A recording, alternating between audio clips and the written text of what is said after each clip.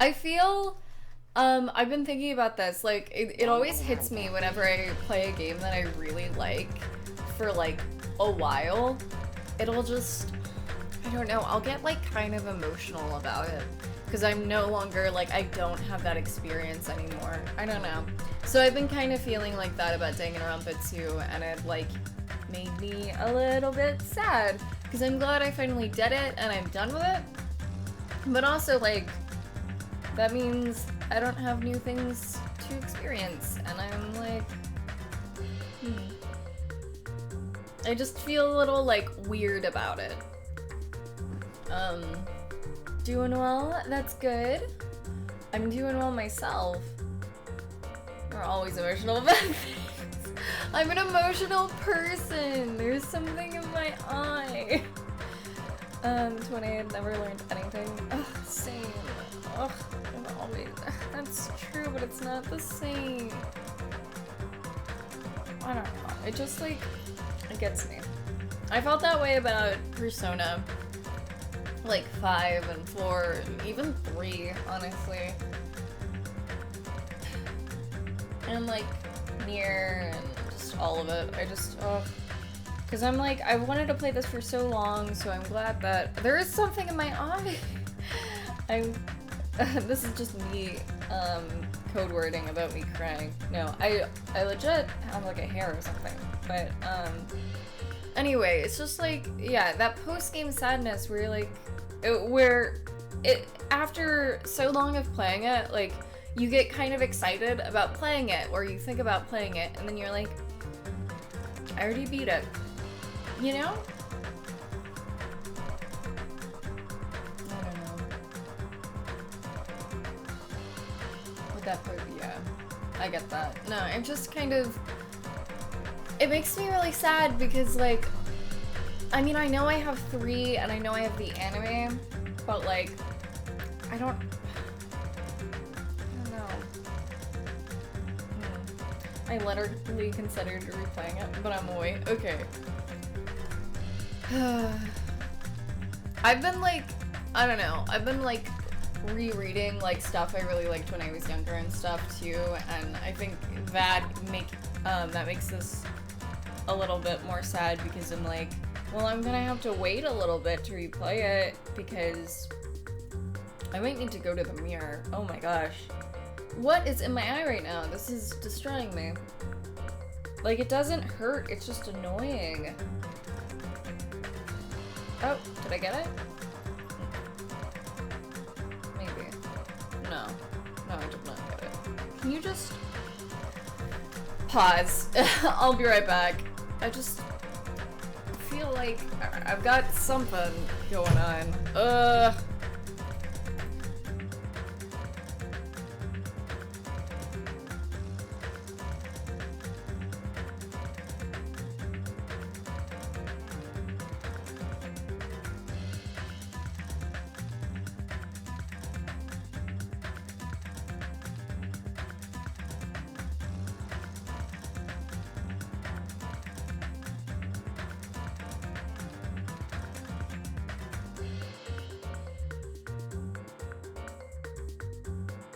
Okay, I'm back. Sorry about that. Starry, welcome to the stream. I hope you're doing well. Yeah, no, I get really attached to things too, so it just...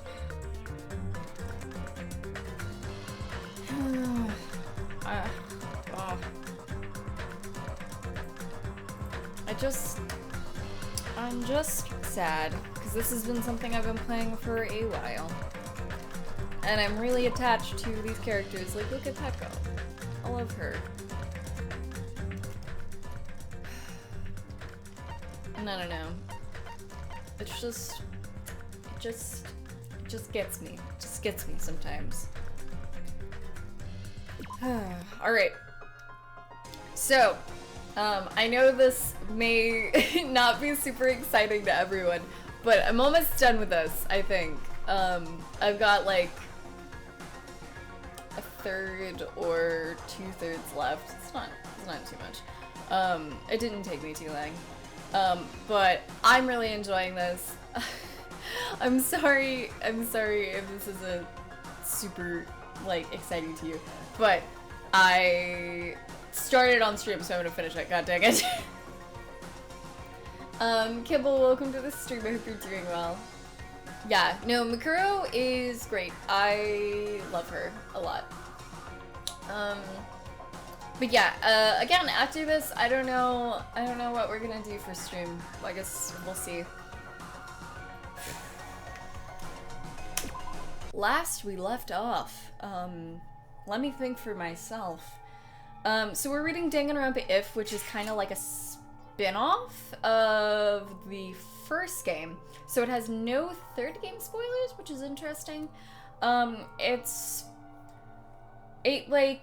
is essentially if Mikuro survived, if Makoto got his memory back and realized, like, it was Mikuro and not, Junko, so he saves her. He gets stabbed. He's not dead yet, but, it's kind of like a spin-off of that, or like a branch off of that. And pretty much so far, Mikuro, like, stepped out of the way and, like, battled Sakura for a bit, and then she realized the one person who hasn't lost her memory is Genocide Jack. So she essentially triggered, like, Toko with blood to get her to turn into Genocide Jack, and, like, ran off trying to, like, save Makoto. Because she's trying to, like, keep him alive while he's, like, bleeding out and has a giant spear inside of his, like, the side of his body. Also, I'm gonna be paying half attention to— oh, nice! Oh my god, please share pictures of your gerbil story. Oh my gosh, I wanna see Floyd, David, and Ash. I hope you guys are doing well. Good morning-ish. It's like 12.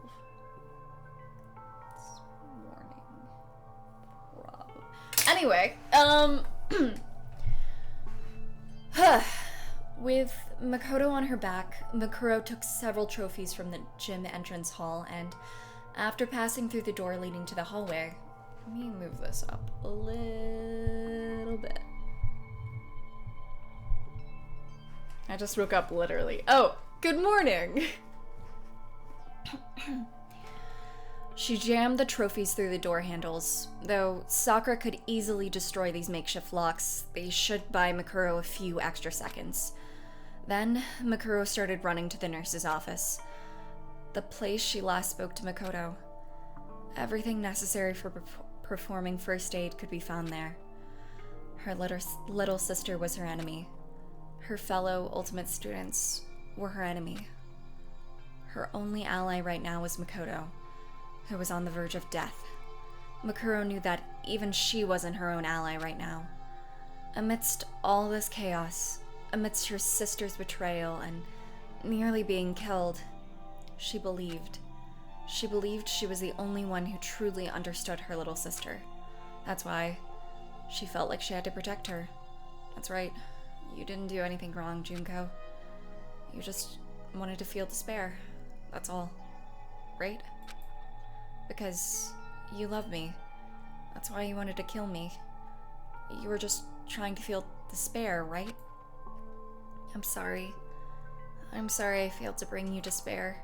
But at the same time, she wondered if she saved Makoto and betrays her sister by disrupting her plan, wouldn't that fill her with an even stronger despair? Wouldn't that make her happy? But betray Junko? What should I do? Mikuro closed her eyes and listened to Makoto's weak breaths. What should I do, Makoto? On a battlefield where all you need to do is kill and survive, Mikuro was invincible. She could suppress all emotions and fully immerse herself in becoming a perfect killing machine. But on this twisted battlefield of daily high school life, she could no longer keep her emotions in check, especially around her little sister. Mikuro, the ultimate soldier, was beginning to question being ultimate despair. The impulses of the normal high school girl inside her were starting to affect her state of mind. Even so, the poor girl continued to run through the dark hallways, clinging to this conflict within herself. She was now walking along a narrow, hair-thin path, a path between the hope of Makoto Naegi and the despair of Junko Enoshima. Purple Joker, welcome to the stream. I hope you're doing well. Meanwhile, everyone still in the gym was left in a state of complete confusion. Toko was famous for being a prolific author, but even though she came across as unsociable and depressing, her mind-blowing transformation seemed to have just tossed all that aside. Toko is Genocide Jack? Sayaka trembled with fear as Jack tilted her head and stuck out her long tongue. Huh? What's with this reception, you guys? You guys didn't know who I was? Have I been found out? Or have you known all along? And why was the Sullen Samurai dressed like that? That outfit didn't look good on her at all. The Sullen Samurai was probably referring to Makuro? Which means Toko already knew Makuro in advance. Confronted by that shocking truth, the students had no idea where to begin talking. So many things were clearly wrong by this point.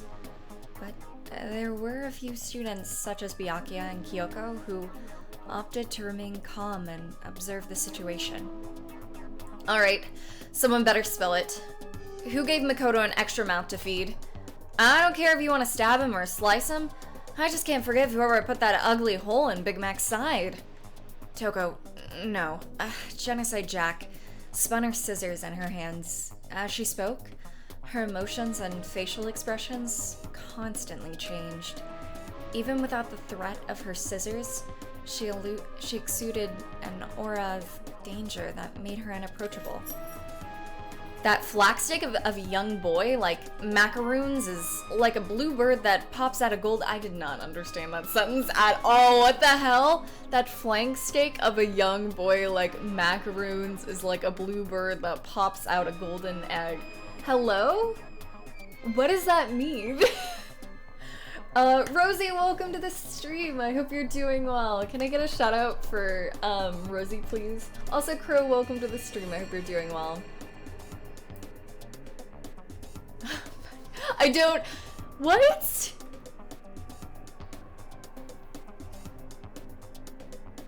I have no idea what that means. I love Jack.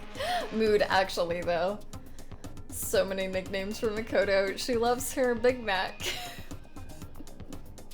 Oh my gosh. No, I seriously have no idea what this means, though.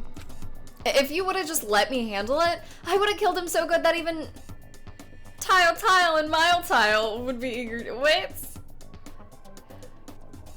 What does this mean? Okay. But my cuties! Like, flank steak, like, Makoto is like a blue bird that pops out a golden egg. I still don't know what that means. But poor McCutie's heart and soul have been stomped on by such a sloppy kill.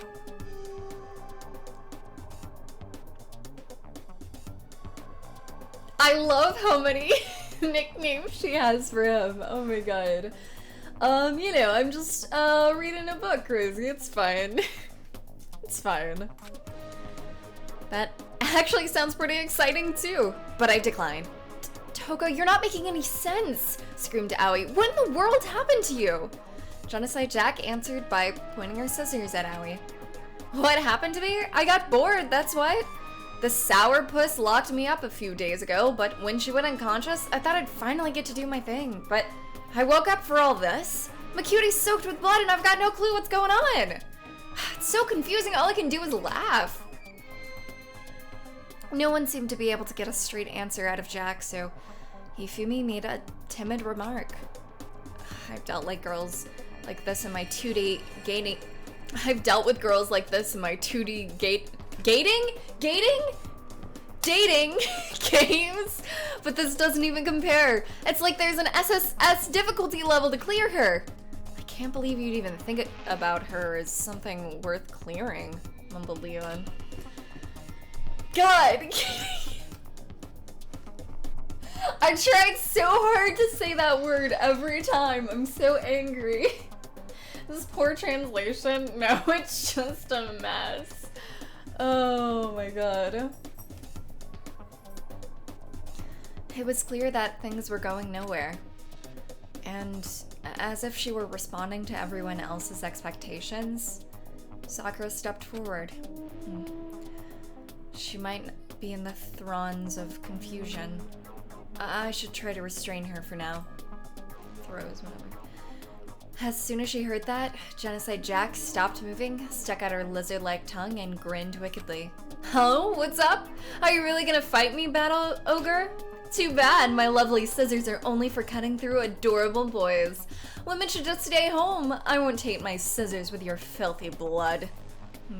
Replied Sakura. It seems my words are useless to you.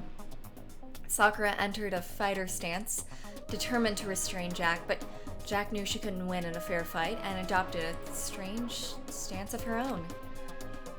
In a normal fight, Jack would obviously lose to Ogre, but if Jack focused just on dodging attacks, the outcome of the fight would be hard to foresee. Of course, Genocide Jack's physical abilities were only obvious to a few of the students in the first place. The two women exchanged hostile stares as the other students gulped nervously and watched. Except for one person. Is it Kyoko? Is it Kyoko? Kyoko. Kyoko was watching something else. She was watching Ranakuma, who was in the corner of the gym, unmoving, as white noise emitted from his speakers. He had stopped moving the moment everyone's attention focused on Sakura and Toko. It's possible that Madarai's hacking had been disrupted, but an infinite number of other possibilities were also swirling around in Kyoko's mind.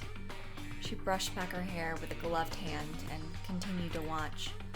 Though she couldn't fully remember her talent, the actions she was taking right now were fueled by pure instinct. The strange situations that kept occurring in front of her were shaking her to her very core. Her mind worked diligently to scoop up countless amounts of information from her vast sea of memories, and as they were synchronizing with the synapses firing in her brain, Sakura and Toko kicked off the ground at the same time, and an intense impact rang throughout the gym. I bet Junko's like going to like finish Makoto off and like, you know, like murder Makuro probably. Yuri, welcome to the stream. Good morning. I hope you're doing well. White noise, best noise.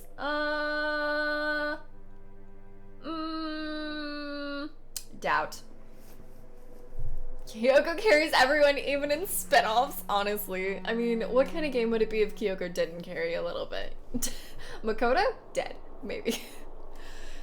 Thanks to the heated battle that was unfolding in the gymnasium, Makuro Ikasawa was able to buy more time than she had imagined. As soon as she entered the nurse's office, she rummaged around for medical supplies and did what she could to stop the bleeding. Though still quite shallow, Makoto's breathing slowly stabilized. Makuro let out a little sigh of relief. However, even though she was somehow able to stop the bleeding, she wasn't out of the woods yet. Miraculously enough, it seemed like none of Makoto's major arteries or organs were damaged. Perhaps this was thanks to his ultimate luck? Or maybe he wasn't actually all that lucky. After all, the only sort of medical treatment he could hope for was partial at best. Makuro couldn't decide. If only I could do a blood transfusion. The nurse's office should have had several blood packs for transfusions. Makuro suspected that Makoto's blood type might be written in his e-handbook, but as she reached over to search his pockets... I see you're reaching for a sleeping boy's clothes. What in the world is about to happen next? Adults can keep playing, but you kids better press the B button, okay? Makuro turned toward that familiar voice. and saw Monokuma standing before her.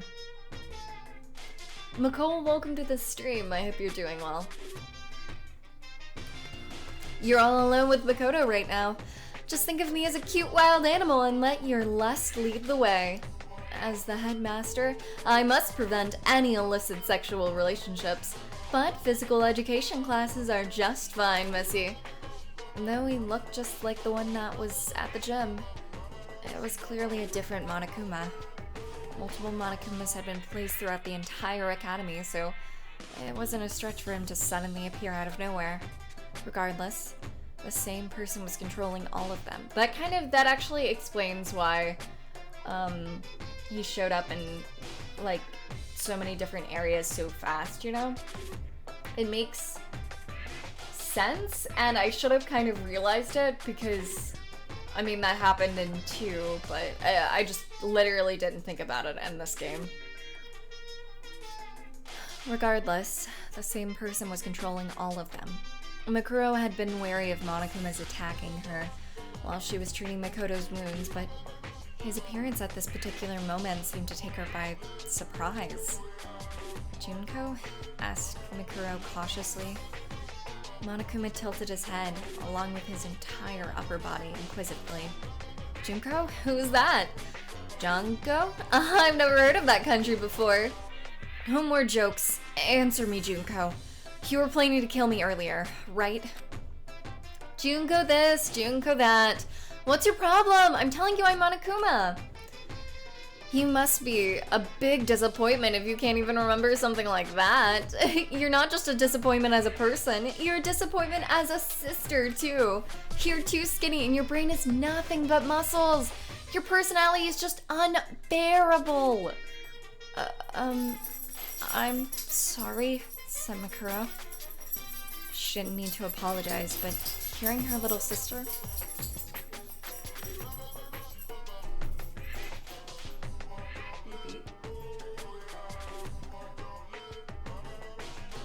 Rem, welcome to the stream. I hope you're doing well.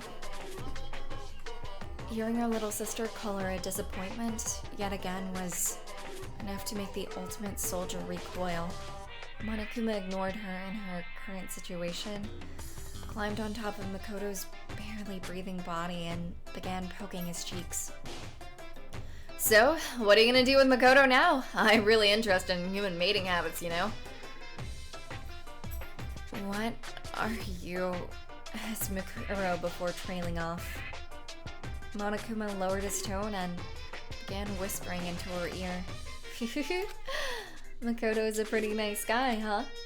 He even sacrificed himself to save you. He is so generous that it's actually hopeless. He's not dead yet, insisted Makuro. Despite her firm tone, she couldn't hide the fear lingering in her voice. That's the most disappointing thing about you. You can't even say, I won't let him die. I won't let him die, Junko. Makuro could barely get a word in as Monokuma erupted into hoo-hoos and ahas and continued to torment her. As if you could do that. Too bad. No regrets. See you tomorrow. Is this all because Makoto was the first person to smile at you? You, a disappointing, depressing, unladylike, inhuman killing machine? Despite denying that he was Junko, Monokuma began speaking at length about Makuro's past.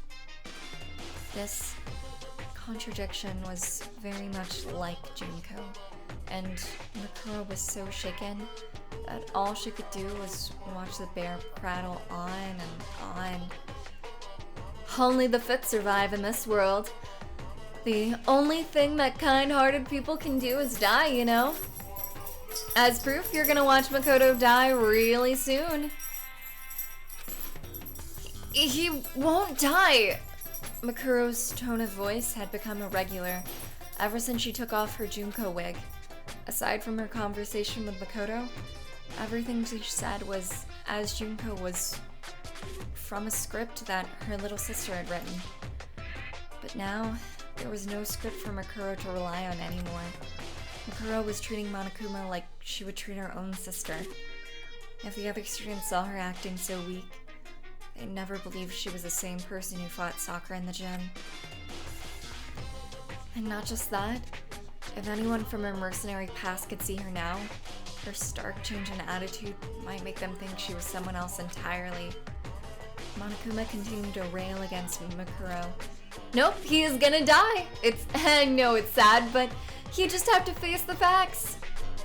Monokuma wriggled his limbs? I hate my life. And danced around and then pointed right at Makuro's face. Because Makoto's going to die by your hands. Huh? Infighting among the terrorists. The big bad terrorist silences the weak-willed Makoto before he can leak any information. Doesn't that happen all the time?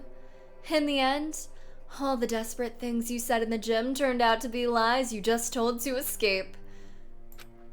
Makuro frowned at Monokuma. You can't do that, Junko. I won't let you do that. But 5 months of subbing and Alice is doing a reading ASMR TV less than 3. Oh my god, this isn't an ASMR. Oh my god.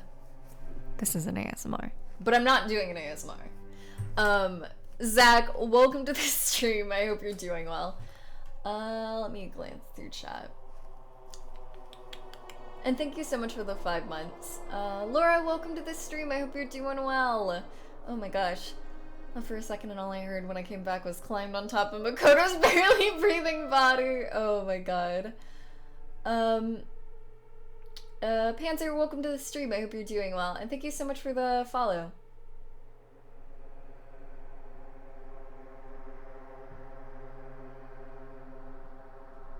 Best quality jingles.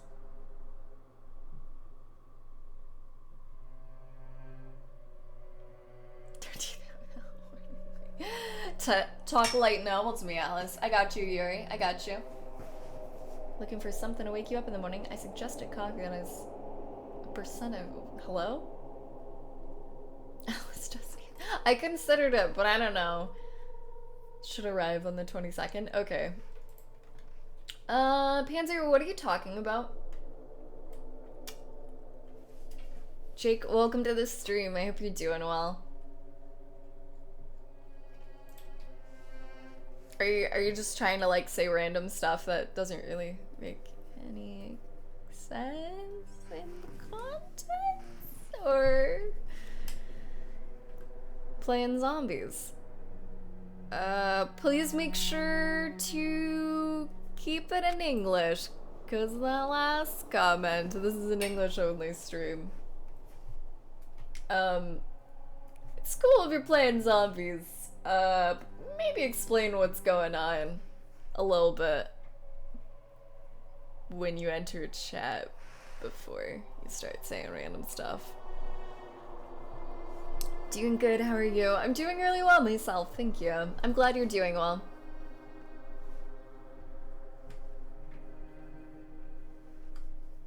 You're okay.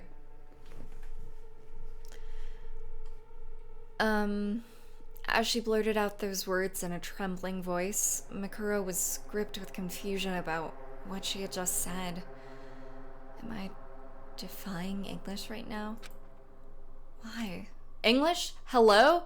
Junko. Am I defying Junko right now?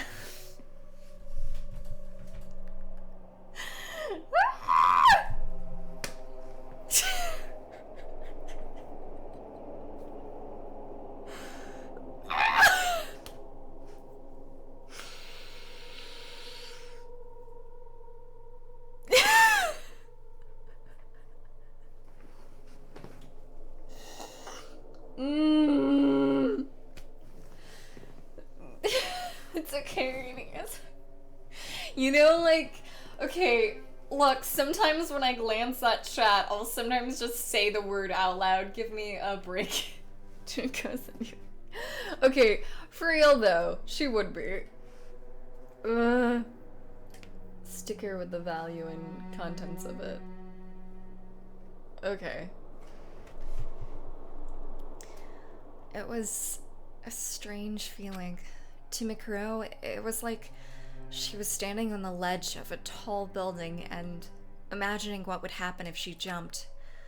A destructive feeling akin to holding a friend's baby and wondering what would happen if you tripped and fell. Before she knew it, fear and anxiety had suddenly taken over Makuro's heart.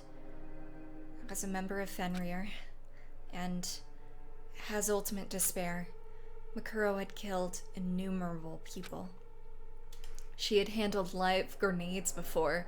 She had descended from the sky in a parachute as an anti-aircraft weaponry fired all around her. Her heart never wavered on the battlefield, but now it felt like it could collapse at any second.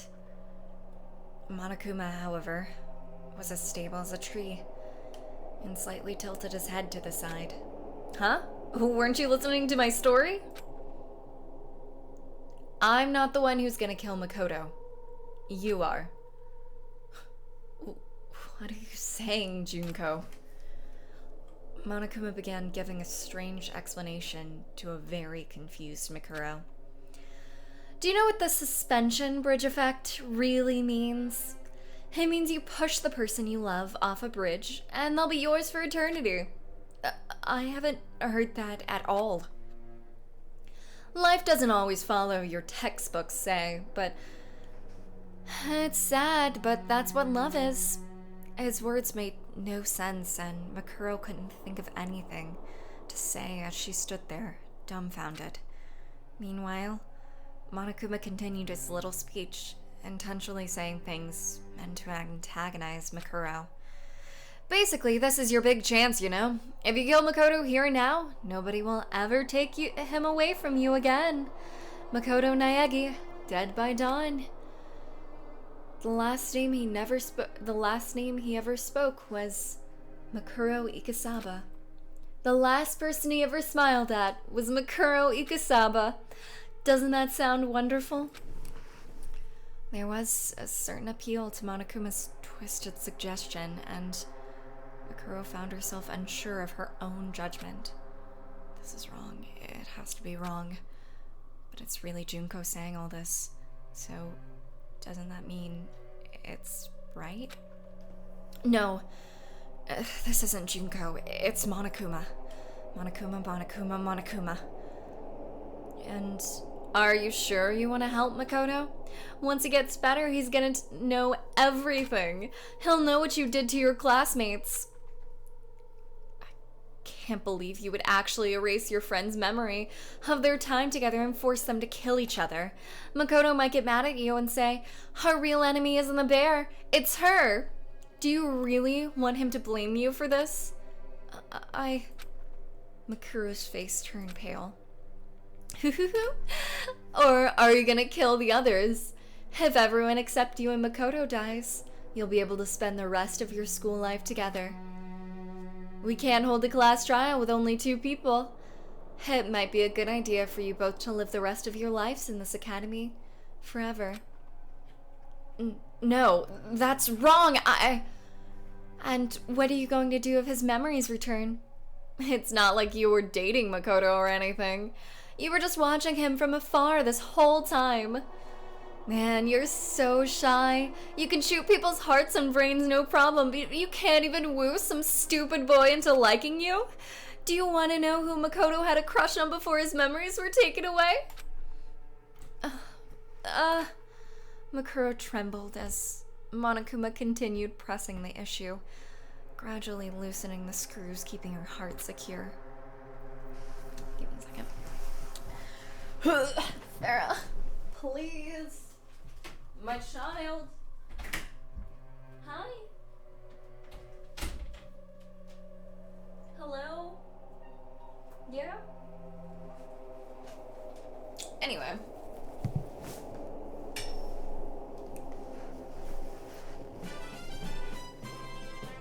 Shouts loudly from the back, Nikusaba.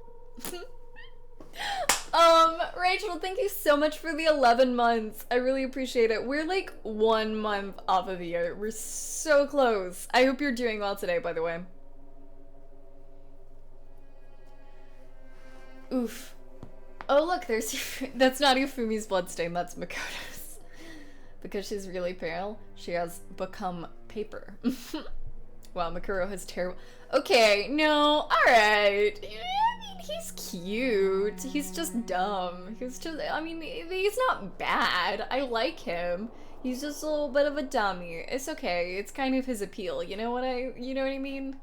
Like, all these, like, smart, talented people love him because he's a little bit of a dummy. And that's okay. Everyone's a little bit of a dummy. Except Kyoko. She's not a dummy. He's a sweet boy. He is a sweet boy. You're just upset because Kyoko loves him, alright?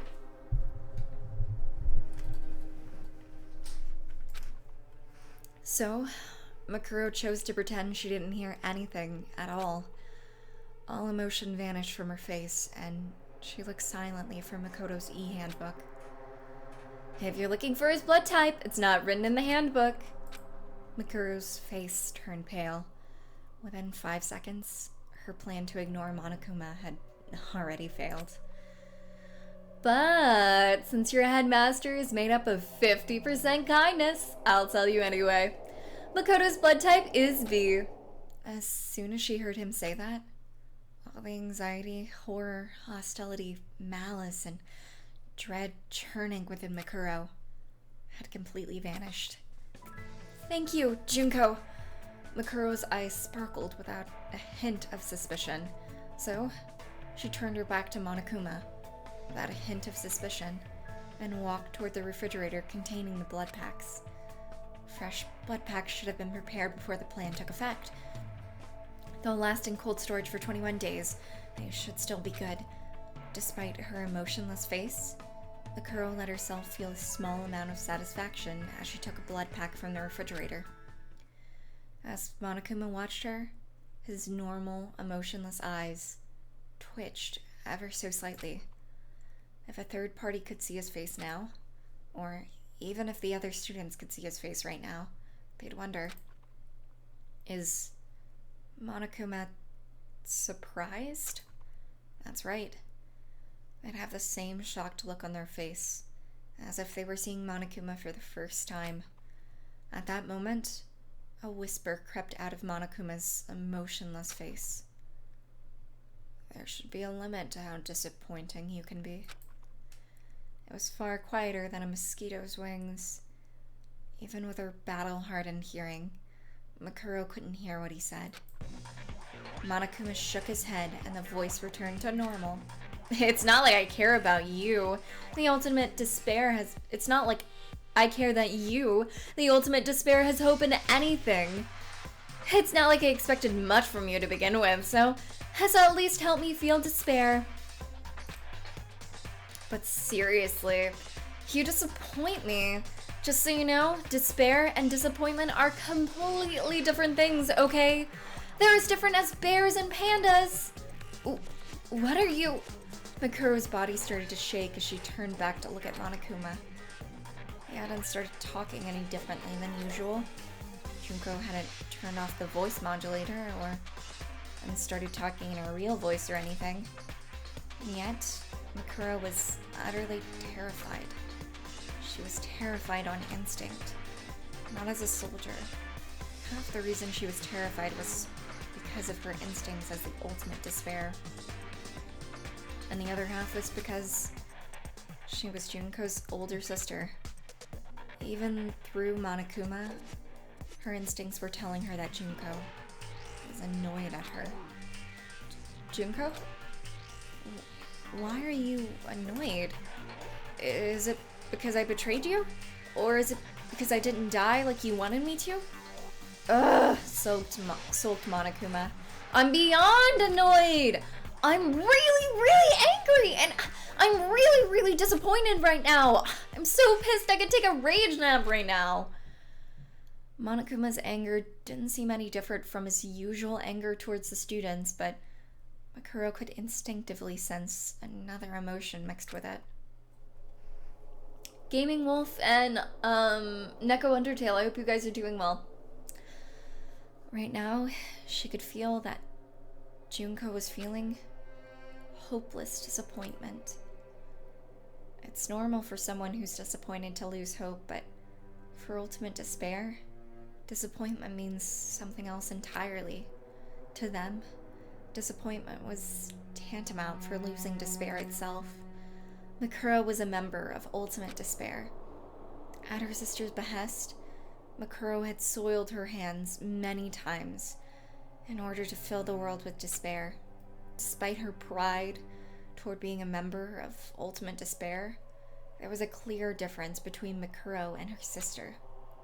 Junko Enoshima was despair incarnate. She was born in despair, letting it infect other people's hope so it could rot them from the inside out, twisting them into her own image. For Junko, feeling hope was its own despair. Creating despair in others created despair in herself, which caused her to both feel intense pain and intense bliss. Junko had walked the fracture created from the conflict between pleasure and penance all her life. Eventually, the fracture would widen until it swallowed the world and tore it in half. But Makuro, on the other hand, had neither hope nor despair for the world. At least, not when she was a member of Fenrir. Ever since she was a child, Makuro believed she was meant to spread despair because of her sister. She didn't harbor any ill will towards the world. She simply accepted she was meant to spread despair and chose to walk the same path as her sister. The doubt she felt was only a recent development. When Junko told her about the plan, when she watched the world burn at the hands of terrorists wearing Monokuma's masks, she never wavered once. However, as soon as she heard about her sister's plan to make the classmates kill each other, Makoto included, a strange feeling began to stir within her. What started as a seed of doubt soon grew into a thorny vine ensnaring Makuro's feet. As soon as she disguised herself as Junko and finished meeting the other students, as soon as she confirmed that everyone's memories had been completely taken away, that vine began tightening around Makuro's heart. They're gone. Junko's the only one who knows about me now. That's it. But that's no problem. It's just like old times. Things will never go back to how they used to be, but that's fine. This should be fine. She had relinquished the past 2 years she had spent with her friends so she could betray them and deliver death and despair unto them. Though her heart ached, Makuro was beyond feeling guilt or remorse for her actions. But the question, why does my heart ache like this, still remained unanswered. Perhaps that's why she spent so much time talking to Makoto when he was in the nurse's office.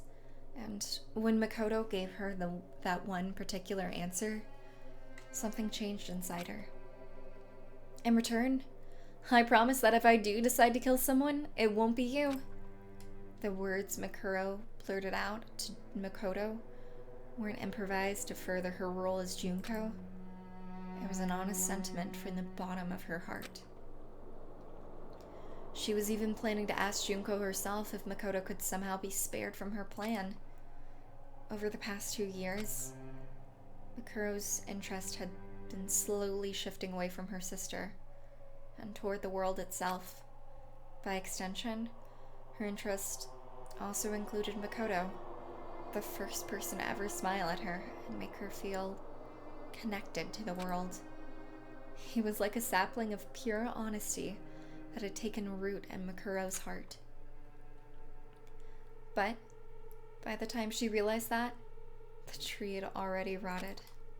As Makuro struggled to understand the situation, Monokuma let out a sigh and said, I wonder which part of you is a wolf anyway. You're just a dog that blindly follows Junko's orders.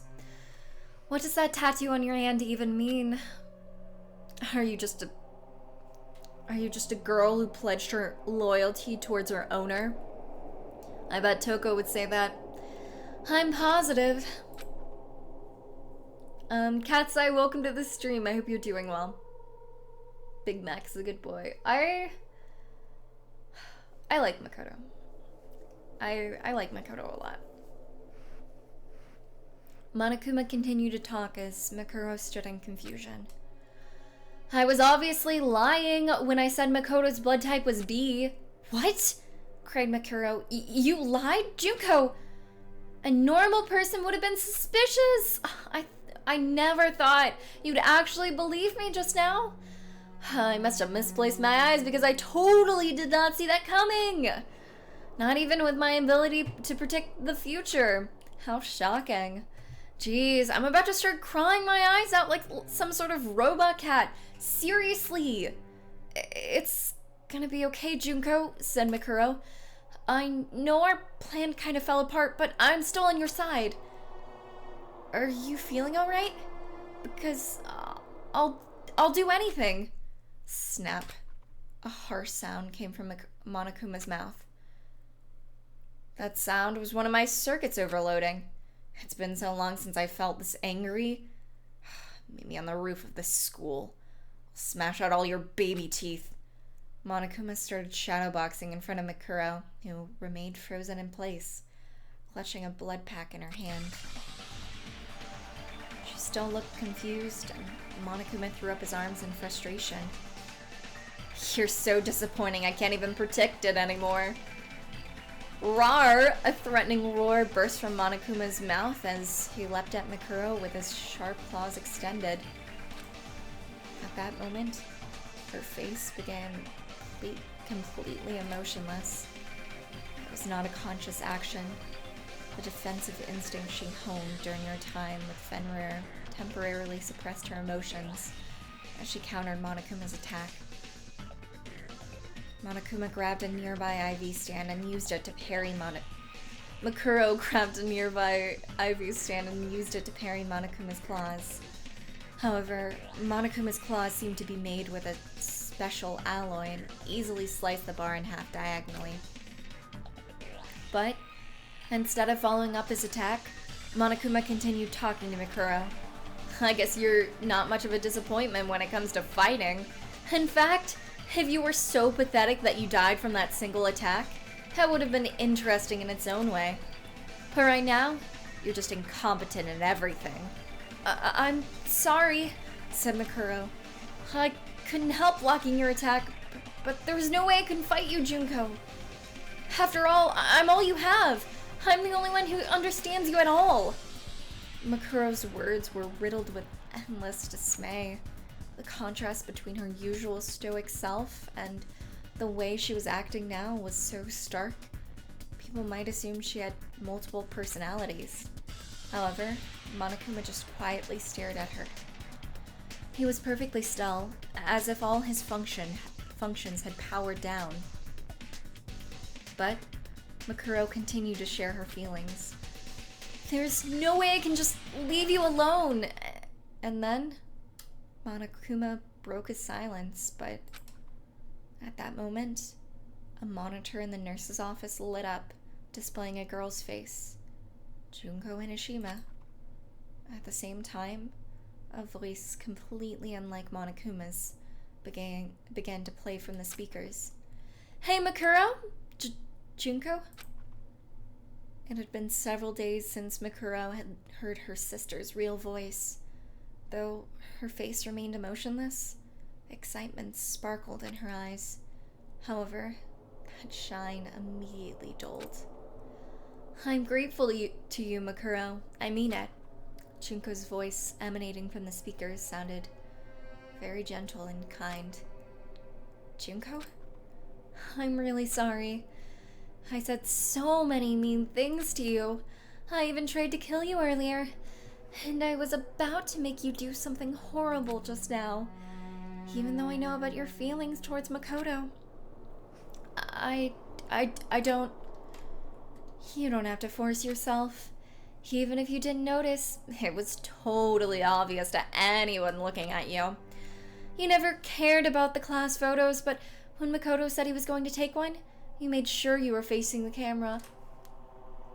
Oh my god. Oh my god, I never noticed that! Oof. Oh, is she in the background? Oh, baby, I love her.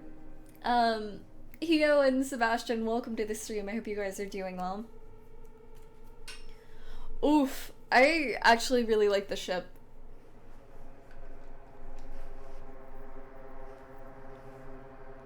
Okay. That's why he's not in them. Bam. Oh.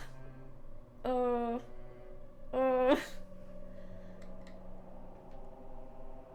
And then, Junko and Ashima, the ultimate despair, flashed a smile. A pure, sweet smile.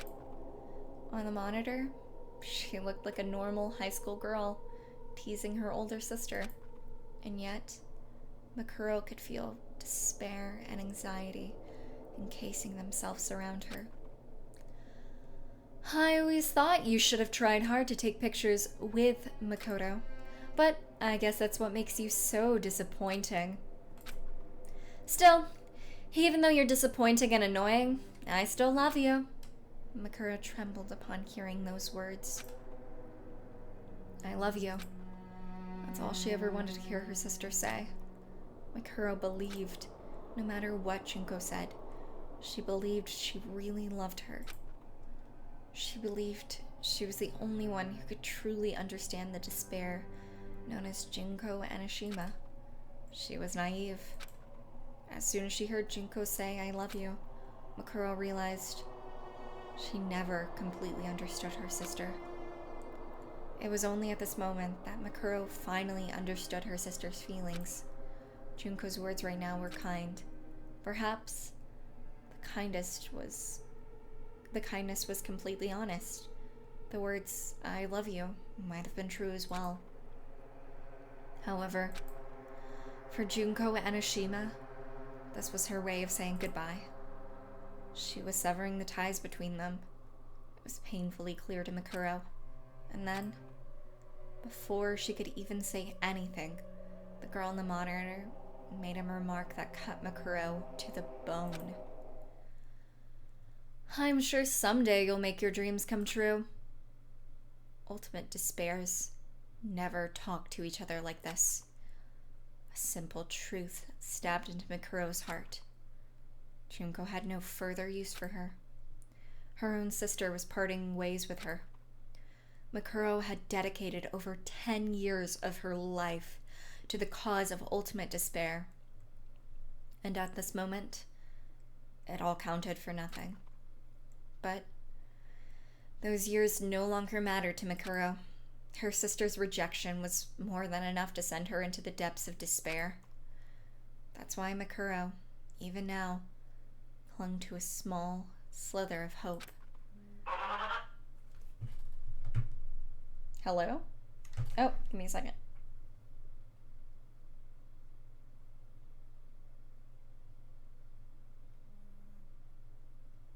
Turn my phone on silent really quick.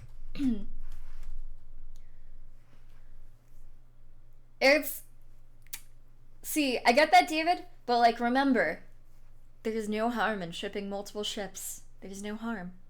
It does you no harm to think two people look cute together and think about various scenarios there. Also, Makoto has 2 hands.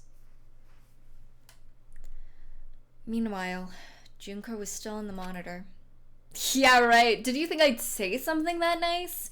You're so annoying. Can't you just hurry up and disappear already? Makuro hoped Junko would say something like that. She hoped she'd start verbally abusing her again or call her useless and incompetent. Makuro was no masochist, but she'd prefer to be showered with bullets and contempt than endure this kind of emotional pain.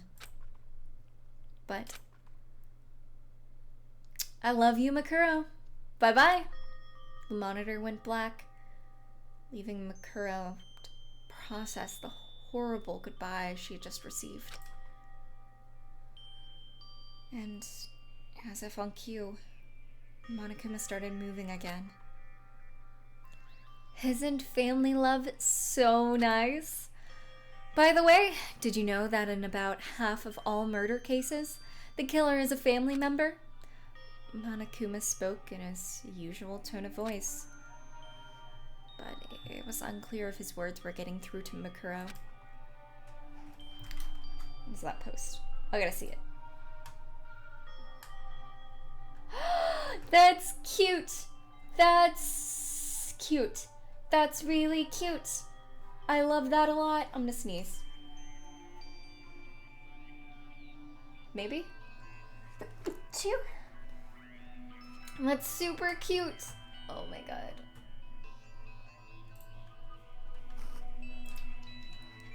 Mikuro let the blood pack in her hand fall to the floor and tighten her grip on the iron bar she was still holding. I'm sorry. I'm sorry. I'm sorry. I'm sorry. Junko, I'm so sorry. I'm sorry. She mumbled quietly, as if she were chanting a spell, and walked past the blood pack on the floor to Makoto's bedside with the iron bar in her hands. I'll do it properly. I'll make sure I do it. Oh, said Monokuma, perking up. What are you gonna do properly to Makoto with that big, thick rod you got there? How are you gonna do him? How are you gonna do him in? Either way, I'm starting to feel some heart-throbbing excitement. Mikuro looked like she had been completely broken. Monokuma walked closer to her with eager anticipation. Suddenly, Monokuma's body silently floated into the air. Huh?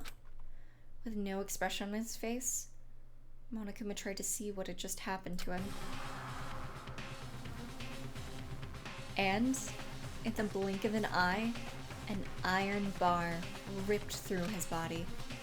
The tip of the bar, which had been cut diagonally earlier with a sharp point, went straight through Monokuma and stabbed him into a surveillance camera. The lens was completely destroyed, and the camera shot out sparks as it broke down. The iron bar was still stabbed into the surveillance camera as Monokuma dangled from the other end. He opened his mouth as if to say something, but only static came out. A few seconds later, his functions came to a complete stop. Without making a sound at all, Mikuro had kicked Monokuma into the air. As soon as Monokuma's power source and his bomb circuit had perfectly aligned with the surveillance camera in the nurse's office, Mikuro plunged the iron bar into all three of them. No normal human has the skill to utilize such a technique, not even an ultimate. All the hesitation within Mikuro had vanished. Her eyes sparkled like a panther stalking its prey at night. A tense aura surrounded Mikuro, even more so than when she fought Sakura earlier. Ignoring Monokuma's lifeless form, she looked at Makoto as he breathed softly and remembered her sister's parting words. So, this is despair, she mumbled to herself. I'm so sorry, Junko. I never really understood what despair was. She spoke without emotion, like a machine. But it's going to be alright now. I finally understand. Hidden within her, passions began to stir. So, I'll make sure I make you happy, Junko. I'll make sure I fill you with despair. I'll save Makoto. I'll make sure the others don't die. I'll let them escape from this place. I'll deal with the people outside, too, who invested so much time and killed so many people for the sake of this plan. And I'll destroy every last remnant of it. For you. This was not an act of vengeance towards the sister who had abandoned her. This was an act of mercy. Stuck between the ultimate despair and the hope she gained for Makoto, Mikuro was being refined into something that was unlike despair or hope. And she had no way of knowing where her path would lead. Okay, wait, we're gonna pause that. I'd fall for Makoto smiling. Look at that. Oh my god. God, that's so cute. Jeez. I actually...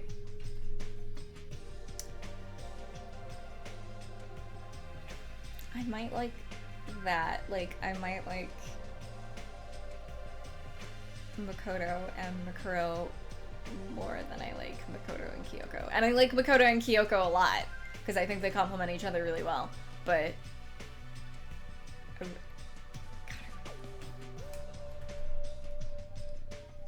It was so cute, it made you sneeze. The package got to you? Oh, okay. I need to check my P.O. box then. I'll try to check it tonight when I go out and buy some things.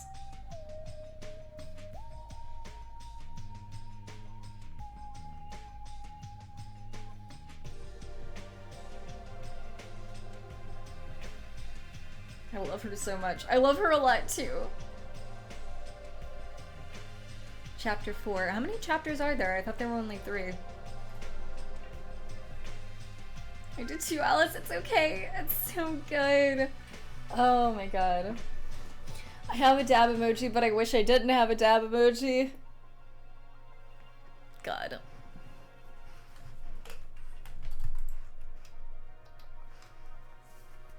Over 10 minutes had passed.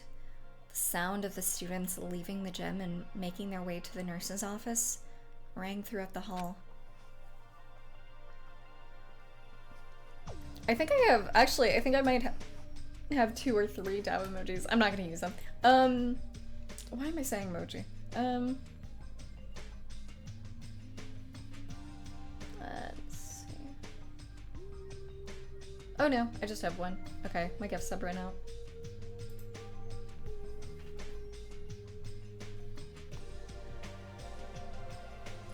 Oh my god.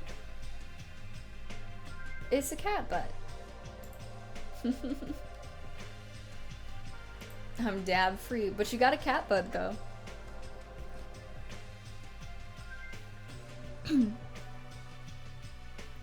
The sound of the students leaving the gym and making their way to the nurse's office rang throughout the hall.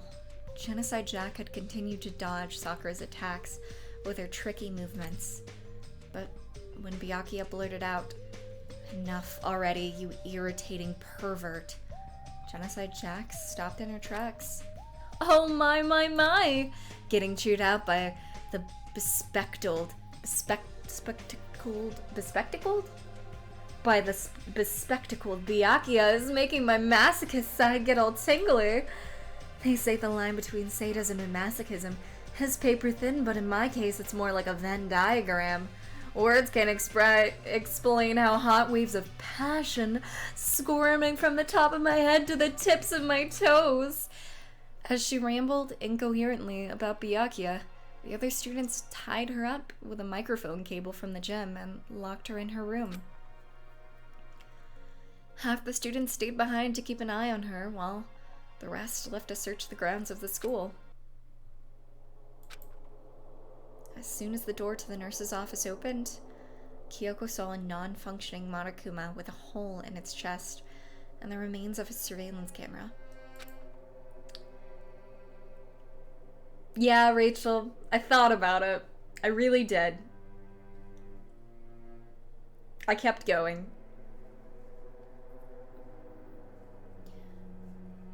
It wasn't just in the nurse's office, though. On their way there, the students had seen several destroyed surveillance cameras and scattered Monokuma bodies. This was a clear violation of school regulations, but if Makuro allied with Monokuma, those regulations wouldn't apply to her anyway. The Monokuma inside the gym was no longer moving, and the students had lost contact with the hacker, Bashiki Madurai. So, the students assumed that Madurai had taken control of a different Monokuma and went after Makuro on his own. With that in mind, Kyoko turned and looked inside the nurse's office once again. It was unusually quiet. The beds were empty, but Kyoko could see the blood stains that someone had been resting there recently. Looks like they're gone already, Manda remarked, but as he was about to leave, Kyoko spoke up behind him. I'm going to stay with Chihiro and search for clues. Huh? Asked Chihiro, her timid eyes widening. Clues? Kyoko continued to speak in a calm tone of voice. Yes, there may be some clues in these Monokuma remains. I figured you would be the best candidate for investigating machinery. Sakura spoke up. But isn't that dangerous? Since Sakura could clearly hold her own in a fight against Bakuro, she had joined the other students in searching the school grounds. Kyoko shook her head and replied, I'm sorry to say this, but if things get out of hand, Chihiro and I will just be in your way. I think it's better if we search for clues here instead of doing nothing. Besides, we might be able to use Monokuma's parts to detect any radio broadcasts from the outside world. You certainly have a point. Understood. We'll be exploring the floor for a while. Please shout for us if anything happens. Sakura left the nurse's office.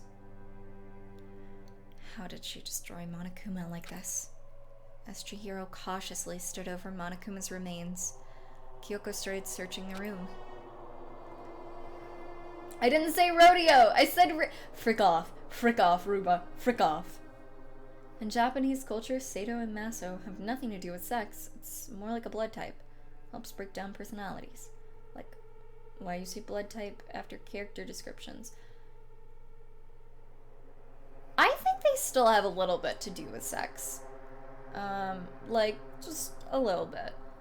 I know, blood type a lot of the time I think is just, like, personality. Like, AB typically is very, like, spontaneous. There's one that's really methodical. Like, I've never heard masochism and sadism, actually, sadism having to do with, not having to do with that, actually. Or having to do with blood types, even in Japanese culture. I could be wrong, but I feel like that's not right.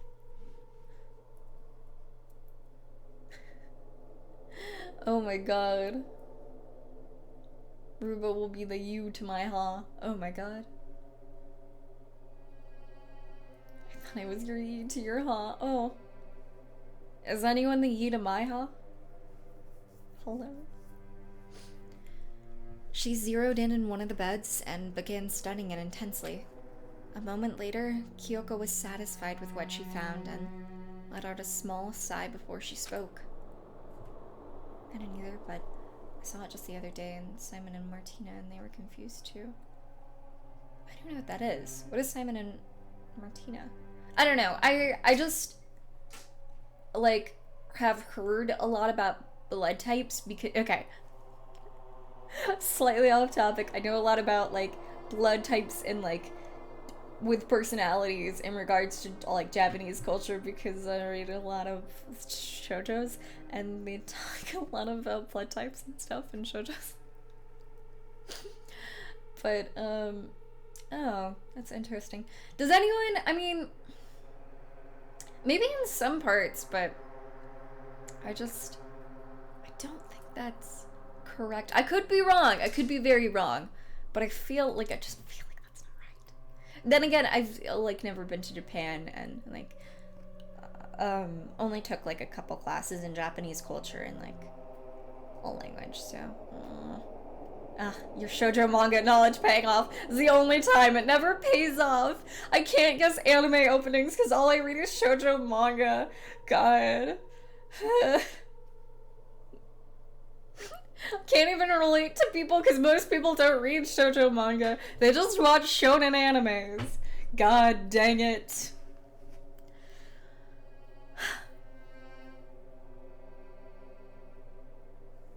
I need to actually go to Japan one day. I do too. I know a little bit of basic phrases because I took a class forever ago, but I feel you only read mangas. Oh god. God, I'm so glad. I'm running of certain certain OPs, but I just don't know a lot. Trying to plan a time that I can go with Futo because she knows Japanese. Plan a time with me. Hello. Been reading manga. That's all I do. I'm rereading Kimi no or Todoke, and I'm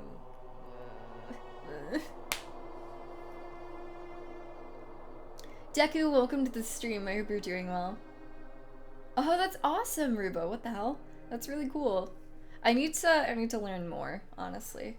But there's like so many languages I'm a mess. Okay. Chihiro, Let me apologize to you in advance. Huh? I dragged you into this gamble of mine, so if anything happens, run out into the hallway and call for help. What does that mean? But instead of answering Chihiro's question, Kyoko started talking to one of the empty beds. Let me say this first. I'm prepared to hear your story. No matter how ridiculous it may sound, I promise not to decide if it's a lie or truth until after I've listened to it in its entirety. Chihiro looked confused. She didn't understand what Kyoko meant at all. The ultimate... question mark. Lowered her eyes and turned to the ultimate programmer to make a request. Chihiro, does your laptop have a voice recording function, and do you also have a microphone? Uh-huh. Yeah. I want you to use that to record everything we're about to hear. But there's no one here. As Chihiro wondered to herself, she began connecting Monokuma's parts to her laptop and turned on the record function. I'm sure we'll pick up every sound in this room now, said Chihiro nervously. A huge weeb when it comes to anime openings. Oh god, I mean I used to listen to a lot of anime openings, but that was back when I was on YouTube more, and I'm just not on YouTube anymore.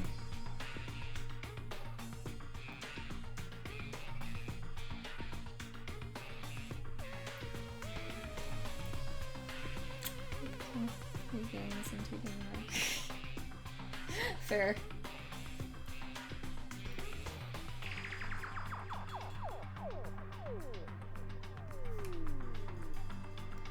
Satisfied, Kyoko nodded and once again started talking to the empty bed. So, what were you going to do if I told everyone that I'd found Makoto? When she heard Kyoko say that, Chihiro looked back at her and was surprised by what she saw. At that moment, the ultimate programmer was kneeling on the floor next to Monokuma's remains. From that position, she was able to see it. Of all the beds in the nurse's office, there was one bed in particular that couldn't be seen from the entrance. Underneath that bed lay a limp Makoto. A blood pack was hidden next to the bed and slowly providing Makoto with a transfusion. The contents of the blood pack were clear. Rather than blood, it seemed to be some kind of saline solution used in emergency hydration. Though it wouldn't be effective as an actual blood transfusion, it was enough to keep him from going into shock. Though, that was the extent of Chihiro's medical knowledge. She was already surprised that Makoto had been in the nurse's office this whole time. Not only that, but Kyoko wasn't talking to the bed that Makoto was under, which sent chills throughout Chihiro's body. However, there was nobody under the bed that Kyoko was facing. But the moment Chihiro noticed that, a voice rang out from underneath it. As soon as everyone's attention was focused on Makoto, I was planning to take advantage of the opportunity and to take someone hostage. As Chihiro cautiously lowered her head until it was nearly touching the floor, she was able to make out who was talking. Surprisingly, the person hiding there was clinging to the frame of the bed, like a ninja clinging to the ceiling. Presumably, if someone had glanced under the bed quickly, they wouldn't have noticed anybody was there. Though Chihiro had no idea how the person was able to hide under the bed for so long, she could at least understand that their strength was beyond normal human levels. There was no question that the person hiding under the bed was Mikuro Ikusaba. She was guarding her boy! God. I think I'm such a sucker for, like, really weak, like, dumb boys and, like, really strong, overpowered girls. Like, I'm just such a sucker for their ships. Oh, God. I watched all of it. Junkles, welcome to the stream. I hope you're doing well. Now I'm excited to... Oh, really? Oh, that's good. Then I can actually watch a stream. I was, like, this close to, like, popping in to see, like, his reaction to the Avril Lavigne thing, but then I remembered that I would literally spoil the game for myself. Like I glanced down and saw, like V3 stuff, and I was like, oh my god, okay, let's pop out of here, and I like closed out of the window really fast. But I'm excited to like see his streams at some point. I'm a sucker for romance. God, mood. Oh god. Peko and Fuyuhiko. I love it. Oh my god. I'm a sucker for just useless weak boys and like super strong, like put together like girls. I love it. I'm shipping these two a lot. Oh god. Makuro, get your boy.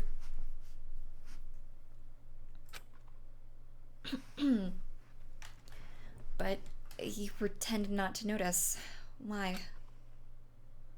Makuro's voice was as cold as ice, but Kyoko didn't even flinch as she responded. Because I wanted to hear your side of the story. I knew you were hiding under that bed. Compared to the others, the frame was slightly more pronounced.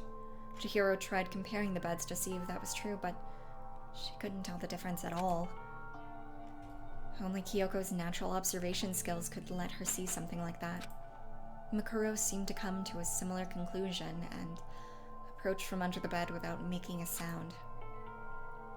Her face was stoic and cold. Compared to the bomb inside Monokuma, Chihiro thought she was even more terrifying. However, Makuro ignored Chihiro and shifted her gaze at Kyoko. She leaned against a wall and let her arms fall to her sides as she threw out another question. Why do you want to hear what I have to say? Kyoko thought about this simple question for a while, as if she were searching within her own heart for the answer. If I have to provide an answer, it's because I wish to remain neutral. Kyoko quietly looked down. I'm currently missing most of my memories. I don't know who I am or what talent I had to be accepted into the school. She could hear Chihiro gasp behind her, but Kyoko didn't mind and continued. But even so, I believe I should listen to what you have to say. Regardless of whether you're good or evil, I must hear all the facts in order to know the truth. Good and evil don't matter. I'll come to a conclusion based on what I see and hear. I think that's the methodology that's been instilled into me. I see. I completely forgot you are like that, Kyoko. But before I listen to what you have to say, I'd like to ask you one question first. What is it? Makuro's reply was completely emotionless. Kyoko presented her question as if she were asking it to herself as well. What was my talent that allowed me to attend this academy? The answer to the question was simple. Kyoko, you're the ultimate detective. That answer marked a turning point for both girls. Thank you. I have a better understanding of the situation now. Kyoko slowly raised her head and presented a theory. If my memory loss wasn't just a coincidence, then your group has the ability to erase people's memories. With that in mind, if we take into consideration the situation that unfolded in the gym earlier, I can only come to one possibility. Possibility? Yes. What you said to Byakuya when he thought you were taking Toko hostage? You claim that they met 2 years ago. It's possible that might actually be true. The fact that Makoto called out Makuro's name, the things that Makuro confirmed and denied, Genocide Jack's outlandish claims, these key factors that Kyoko noted using her special observation skills were converging into her mind to form one answer. It's possible that Byakuya and Toko's memories were also erased like mine, but I don't think their circumstances are quite the same as mine. But if our memories can be controlled so freely, it calls to question whether the day Monokuma appeared was really the same day we entered this academy. Like you said, it's possible that we've known Toko and Fukawa for the last 2 years. I'm having like weird ear pains. Oof. Fuyuhiko isn't even weak, it's just Peko is really strong. Okay, I love that too. Baby gangsta. Joseph is going to play Persona games. I don't know when. Is it pull? P4! Oh my god, I would love to watch him play P4. Oh god, I love P4. I love P4. He needs to play P4 first. What did you find, Platypi? Welcome to the stream also. I hope you're doing well. What do you mean? Chihiro cried, still working on connecting her laptop to Monokuma's parts. Kyoko continued, speaking to both Chihiro and Mikuro. We thought we were knocked unconscious with sleeping gas the moment we arrived at the school, but it's possible we were simply made to think that's what happened. For example, we may have already spent the last 2 years at Hope's Peak Academy, and our memories of that time were completely erased. It's even possible that we weren't even ultimates at all, just random people who've been implanted with 16 years worth of false memories. Though Kyoko's claim sounded ridiculous, her face was completely serious. She looked up at Mikuro once again. Which means I'm considering the possibility that your crazy story is actually the truth. Kyoko's declaration filled the room with silence, but she didn't let that silence overwhelm her. Kyoko cut through it with her own words. Without evidence, all I can do is make hypotheses. That's why I want to hear what you have to say, Mikuro. I have no intention of blindly believing what you're going to say, or what that self-proclaimed hacker who took over Monokuma said. She paused and lowered her eyes again, then declared with powerful determination. Even so, I intend to come to a conclusion as fairly and objectively as I can. But I can only do that if you trust me and tell me the truth. Kyoko's conviction was clear from her voice. Makuro's eyes narrowed slightly, and a tapestry of emotions flashed across her face as she looked towards Kyoko. But when she opened her mouth, her expression and voice were completely devoid of emotion. That's right. I completely forgot. You were like that. Mikuro repeated this to herself softly, then faced Kyoko and declared, That must be why Junko took care to erase more of your memories compared to the others. Very well. I'll tell you everything. And after Mikuro placed Makoto back onto the bed, she began to mechanically tell a story. The story of a girl who wanted to fill the world with despair. A girl who only felt truly happy when she was filled with despair herself. A plan for despair that began 2 years ago, or perhaps even earlier than that. How the world was currently ruled by despair itself. Mikuro provided a brief summary of everything she knew about the plan. That's why it sounded even more outrageous than Kyoko had expected. And through her story, Kyoko was able to learn the truth about herself, who she is and why she came to the academy, the fate of the academy's real headmaster, Kyoko's father. As she listened to Makuro's story, Kyoko remained silent the whole time. Her face went blank when she learned her father had died. Perhaps her memory loss and absurdity of the situation helped to lessen the impact somehow. But there was no guarantee Kyoko would even believe her story. After Mikuro finished speaking, Kyoko stayed silent. With her unrivaled mental prowess, she was able to listen to Makuro's story without interrupting her or dismissing it as nonsense. Mikuro continued, You don't have to believe me. After all, any pictures that could prove my story are with Junko. All I can do is talk. After she said that, Mikuro silently walked towards the entrance to the nurse's office. When she arrived at the door, she spoke again without looking back. But even if you don't believe me, you still listened to everything I had to say, so Kyoko, Chihiro, thank you. After apologizing in such a strange tone of voice, she turned to the bed where Makoto lay, breathing weakly. Make sure Makoto stays rested. When he wakes up, make sure you give him some sports drink from the dining hall or supply room to drink. Please. Of course, but What are you going to do now? Asked Kyoko. Makuro straightened herself up. Despair? I need to make Junko feel despair. Makuro continued mumbling to herself as she opened the door. There's nothing else I can do. No. There is something you can do. Makuro stopped walking as Kyoko spoke firmly. Regardless of whether Monokuma is really Junko Enoshima or Besashiki Madurai, if you're dealing with him, he won't be able to lay a finger on Makoto. I don't fully trust you, but if you're really concerned for Makoto's life, I'm willing to work with you. Unlike Besashiki, who's probably abandoned him already, right? I'm sorry. I don't really work well with others. Makuro looked away, then bowed her head as she left the nurse's office. But, I'll do my best.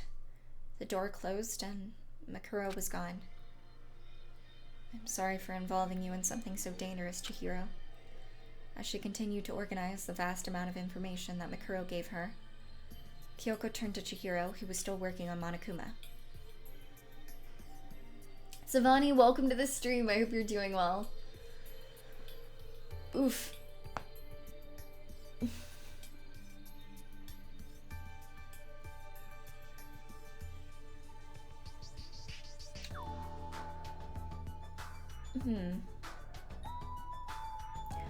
Who knows, Wolf? Because, I mean, it's not like Genocide Jack was revealed, like, crazy late into the story.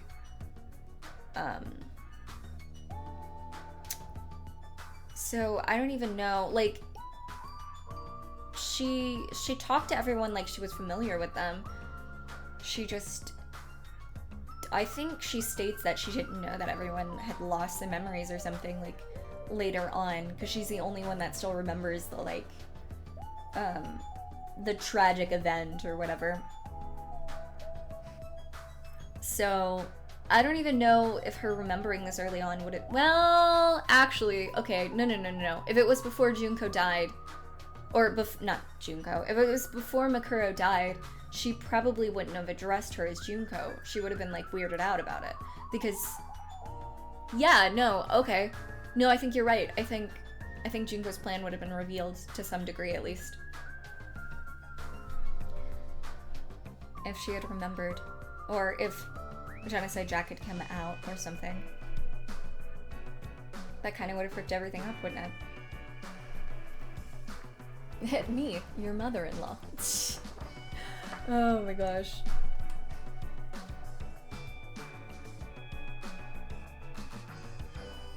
Are you saying she would have, like, recognized her through the disguise? She did. Like, during this, she did. Because she mentioned, why are you dressed up so weirdly? Like, it doesn't suit you. Before, like, before Makuro had, like, taken it off or anything. I didn't notice. Yeah. So, I think if Genocide Jack had, like, popped out and been like, heyo, I think they would have, like, caught on to things. But I think they knew that, to some degree. Because, Makuro knew that Genocide Jack hadn't lost her memories, so maybe they would have, like, if Makuro had survived and stuck to the plan, she might have just, like, I don't know, aimed for her not to be revealed or something. I don't know. Who knows? I didn't write this.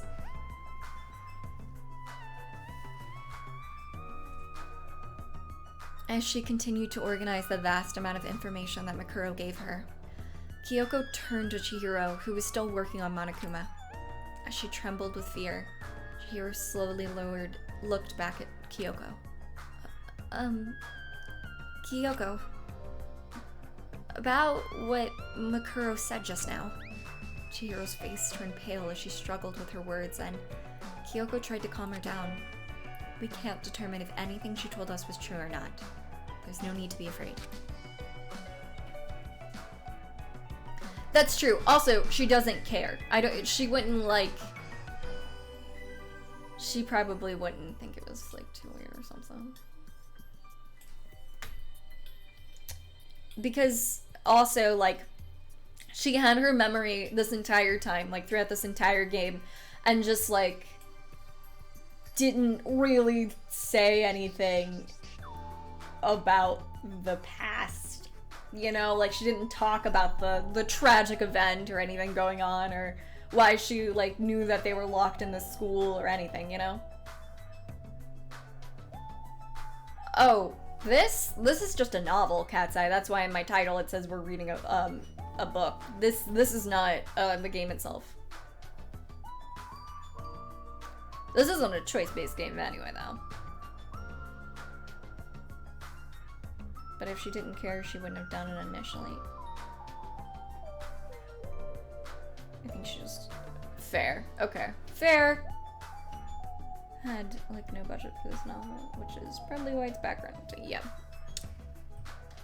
But Chihiro shook her head and returned to looking at her laptop. I think she's telling the truth. What are you basing that on? Well, it looks like Monokuma's really being controlled from the outside. Part of Monokuma's systems had been connected to Chihiro's laptop, and she was analyzing the data within its control system. And it was then that the ultimate programmer noticed something unusual about it. This control program? I thought it would be another year before the system became fully operational. Chihiro started trembling so much that she was unable to continue speaking. We can't confirm that, said Kyoko, proposing another possibility to avoid jumping to conclusions.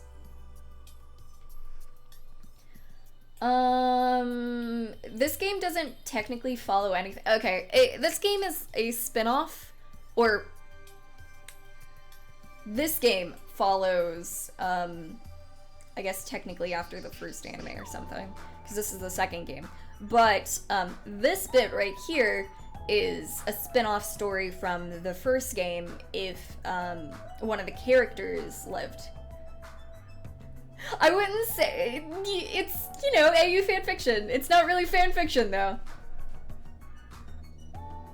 Yeah, that.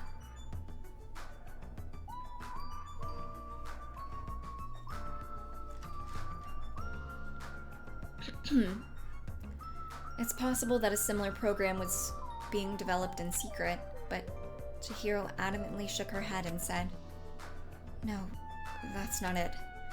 It just looks really familiar to me." Kyoko looked over Chihiro's trembling shoulders to peer at the screen, and that's when she noticed this program. Chihiro, did you create this? All the ultimate programmer could do was nod weakly. Official fanfiction. This is written by, like, the people that made this game. It's not like, you know, whatever. Mashing Master, by the way, hope you're doing well. Non-fiction.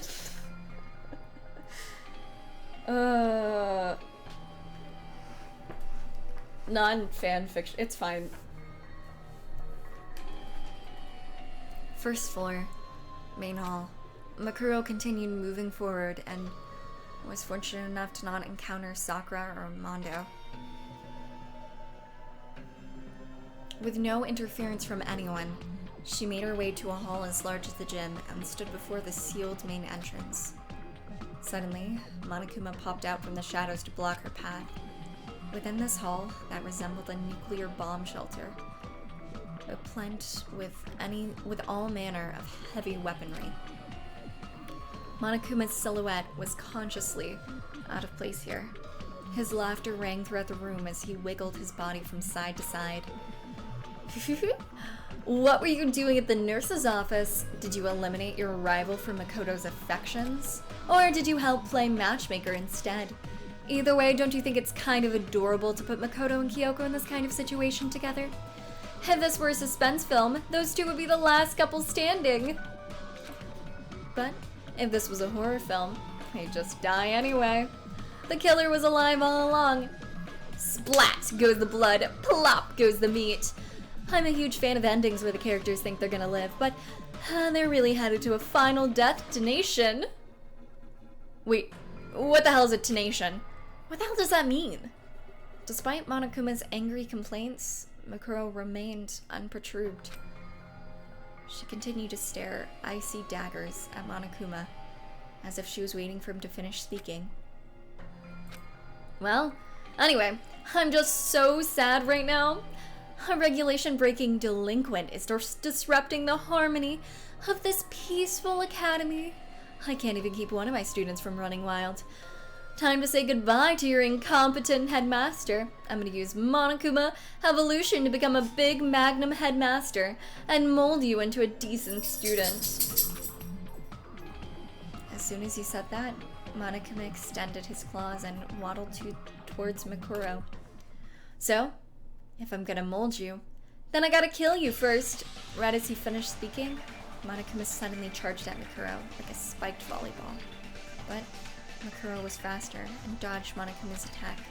She jumped back, keeping her distance from Monokuma just in case his claws could extend even longer. Just then, a shadowy figure appeared next to her. Mikuro twisted her body to its limits and just narrowly evaded the figure's attack. When she landed on the floor, she immediately saw. So what does the immortal killer want anyway? Are you gonna tell the others the truth and escape with them? Even though you know what the outside world is like right now? Two Monokumas were speaking to Mikuro in unison. Honestly, I don't mind if you do that. I can just imagine the look on everyone's faces when they discover the truth. It fills me with such heart-throbbing excitement. The two Monokumas continue to speak in stereo sound. You said you'd destroy my plans, but there's no happy ending waiting for you, no matter which route you take, and you only have yourself to blame for that. Don't tell me you thought they'd be grateful to you. Even if you guys escape here, do you think they'll still forgive you when they get a whiff of that nasty air outside? Some of them might prefer to stay in the school, and some of them might resent you for being kind and showing them the truth. But then again, this is all your fault anyway, so it doesn't really matter what they think of you. Monokuma made a little mistake. Despite facing down two Monokumas, Mikuro's expression didn't waver. She understood that controlling two Monokumas simultaneously was a piece of cake for Junko. Mikuro drew an arm-length metal bar from seemingly nowhere and readied herself. It was the remains of the IV stand from the nurse's office, sharpened into a pointed weapon. With her weapon in hand, Mikuro responded in a cold, mechanical tone. That's fine. I'm already used to that. None of the fear she felt when Monokuma suggested that Makoto would blame her appeared on her face. Her path was clear to her now, and she calmly issued her demand to Monokuma. Junko opened the gates. The shock of such a straightforward demand left both Monokumas monetarily speechless. But soon, they replied, "Huh? Why?" "So we can all leave together." Another straightforward answer. Both Monokumas faced each other and began gesturing, as if they were whispering to one another. Mikuro knew their movements were intended to mock her. Unmoved, she continued to speak to Junko directly. "I think they'll understand if I show them the outside world. And they'll stop doubting Makoto." "You always find new ways to disappoint me, Mikuro." "Did you forget why the school has an air filtration system?" "It's true that the air outside is polluted, but I don't think it'll kill us immediately. Besides, it's better than being trapped in a school and forced to kill each other." "How can you be sure the others will go along with you?" "You know what I mean, right? Before the former headmaster got turned into space dust, he interviewed the others and they all agreed that they wanted to stay in the school. That was before their memories had been erased. Do you really want to betray their wishes?" Mikuro blinked and slowly stepped forward. "I don't really care about their feelings." "Huh?" "You're all I need, Junko, so don't worry. I'm always watching out for you. I'm going to make sure you feel despair, and I'm going to make Makoto and the others happy. If you want to revel in your own despair that badly, then I'll trust the hope Makoto gave me and take my chances with them instead of you. Makuro's brief but powerful words caused the Monokumas to turn and talk to each other again. What in tarnation? Welcome to the stream. I hope you're doing well. Crazy boy, welcome to the stream. I hope you're doing well. Please continue while I'm here. I'm glad you are enjoying it though. Welcome to the killing game, Eondel. Only the blackened will get a juice box. Oh my! This doesn't look good at all, Monokuma A. This child doesn't realize her own hypocrisy. She's so disappointing that she's starting to reach critical mass, right, Monokuma B? The two Monokumas looked at Makuro, who seemed ready to destroy them, and said, "What do you think, Monokuma C?" Makuro was taken aback by their question, but her instincts suddenly kicked in, and she immediately dodged away. At that moment, a third Monokuma, claws extended, passed by where her head had been previously. This new Monokuma unit landed with several spins and faced Makuro, who had clung to the remains of the surveillance camera still attached to the ceiling. I agree with you both, A and B. The three Monokumas lined themselves up. To the students locked inside the academy, the sight would have been akin to a nightmare. Right on! The three units began speaking in perfect harmony as their eyes looked up at Makuro. Suddenly, they each jumped away in three separate directions and kicked off of one of the walls. The path of each unit's triangular attack all converged on a single point, Makuro, who was still clinging to the ceiling. She was surrounded by razor-sharp claws coming at her from different directions.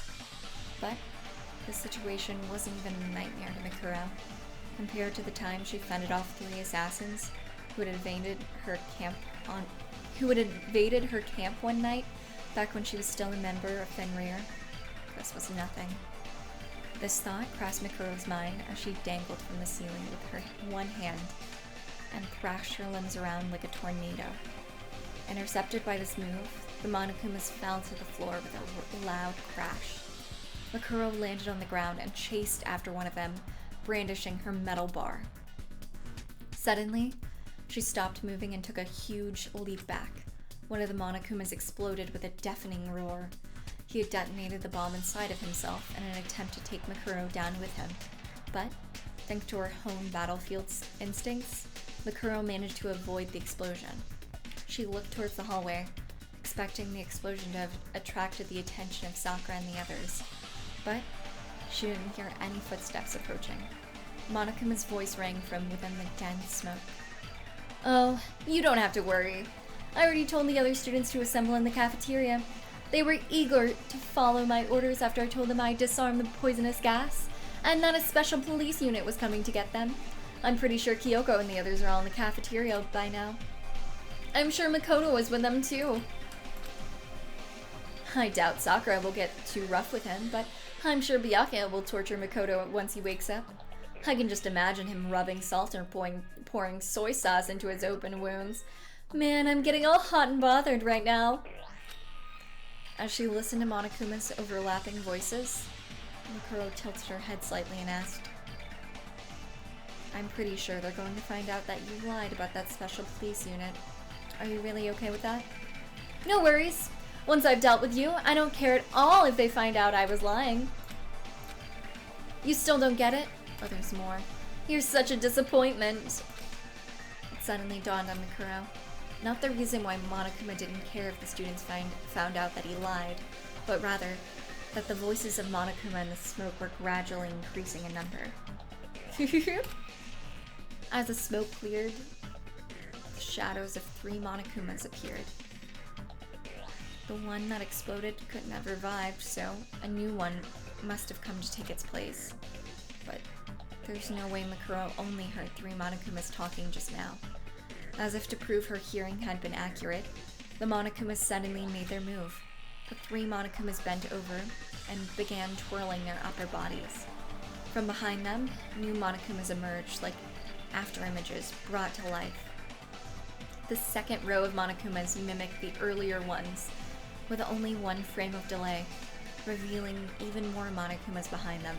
Okay, so this also, the fact that Mikuro is able to take out the Monokumas and not able to take out Sakura makes me 100% believe the fact that if Sakura wanted to, she could literally kill everyone in here.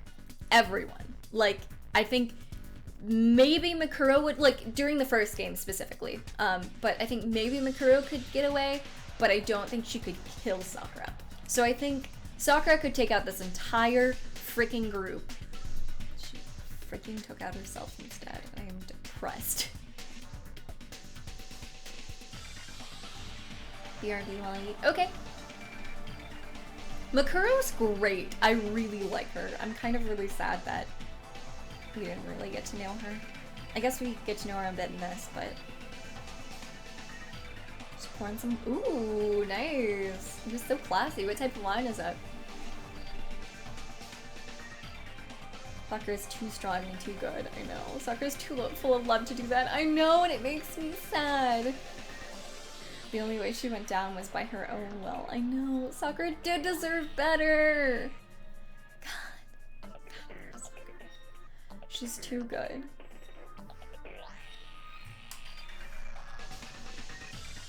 Danganronpa is here. What is that?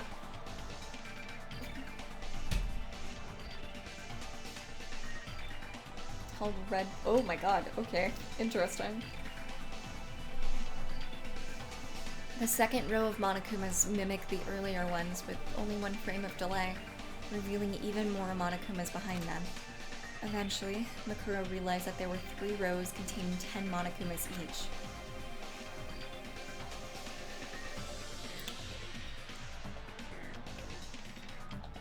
This is confusing me with the English language, I gotta be honest at this point. Did you know this is called a circle dance? Monokuma's 30 voices spoke in perfect harmony as they divulged information that had nothing to do with the current situation. Mikuro already knew that multiple Monokumas were positioned throughout the academy, but only Junko knew how many Monokumas actually existed. Mikuro had no way of knowing if these 30 Monokumas were part of a larger contingent. The flock of two-tone teddy bears continued to twirl around. Mikuro felt like she was being bombarded with hypnotic images. But faced with this abnormal sight, the ultimate soldier remained calm and maintained her focus. She was nothing like the girl who had panicked earlier in the gym when Makoto was impaled. That's because she knows he's okay.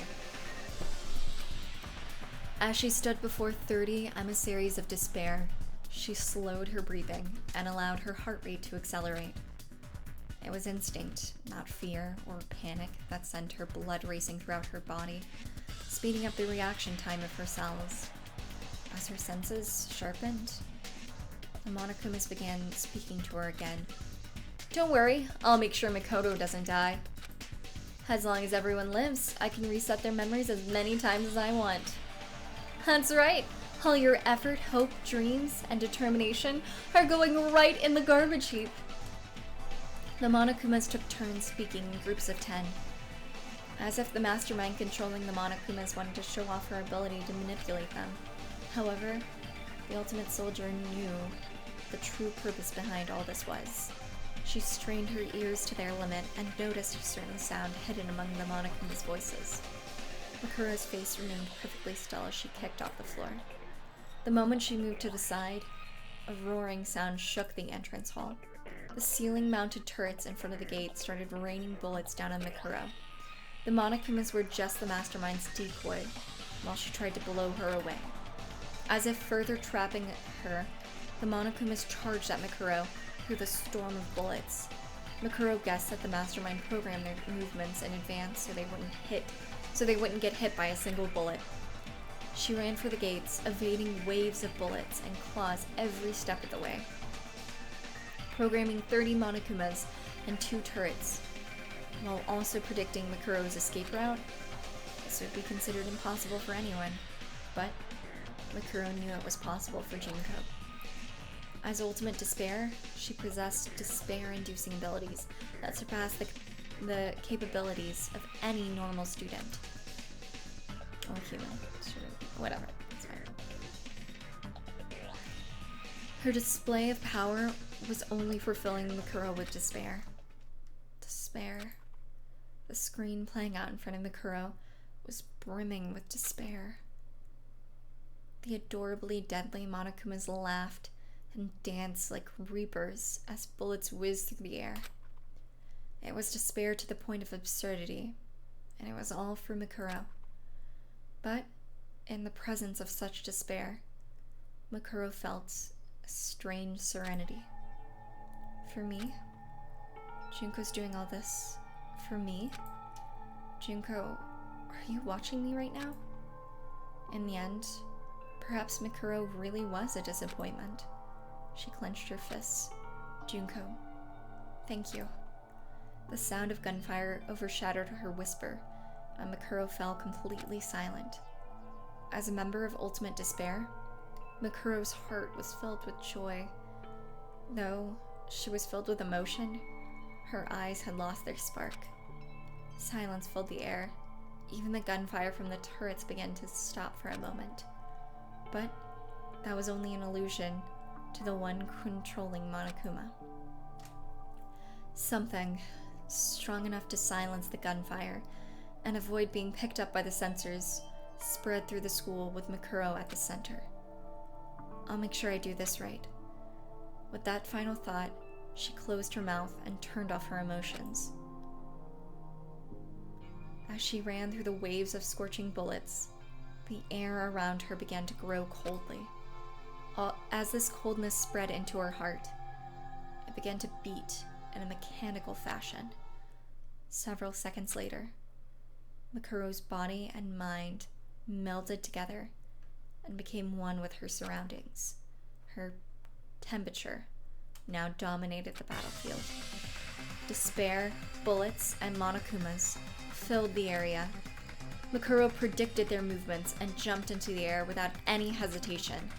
One of the Monokumas jumped at her, but she avoided his attack, kicked his body, and launched herself into midair. Bullets pierced through the space Mikuro was previously occupying, striking the falling Monokuma right through its internal bomb. The impact of the bullets caused it to explode, sending firing Monokuma parts everywhere. As she rode the blast wave, Mikuro balanced herself in midair as she kicked away 3 Monokumas that leapt after her.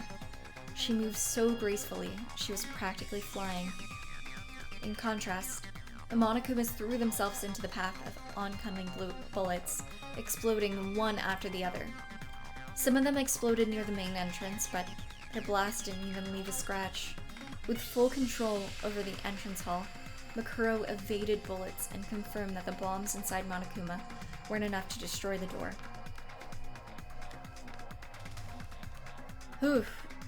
Oh wait, Danganronpa 0. Oh yeah. Because it was, because you use like the numerical version instead of the spelling, it threw me off. I know what that is. Alright, never mind.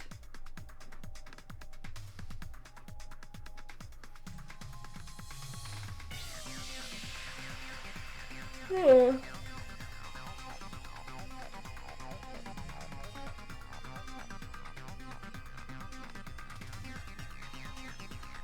Junko, get out of here! You're not the ultimate programmer. I know. God.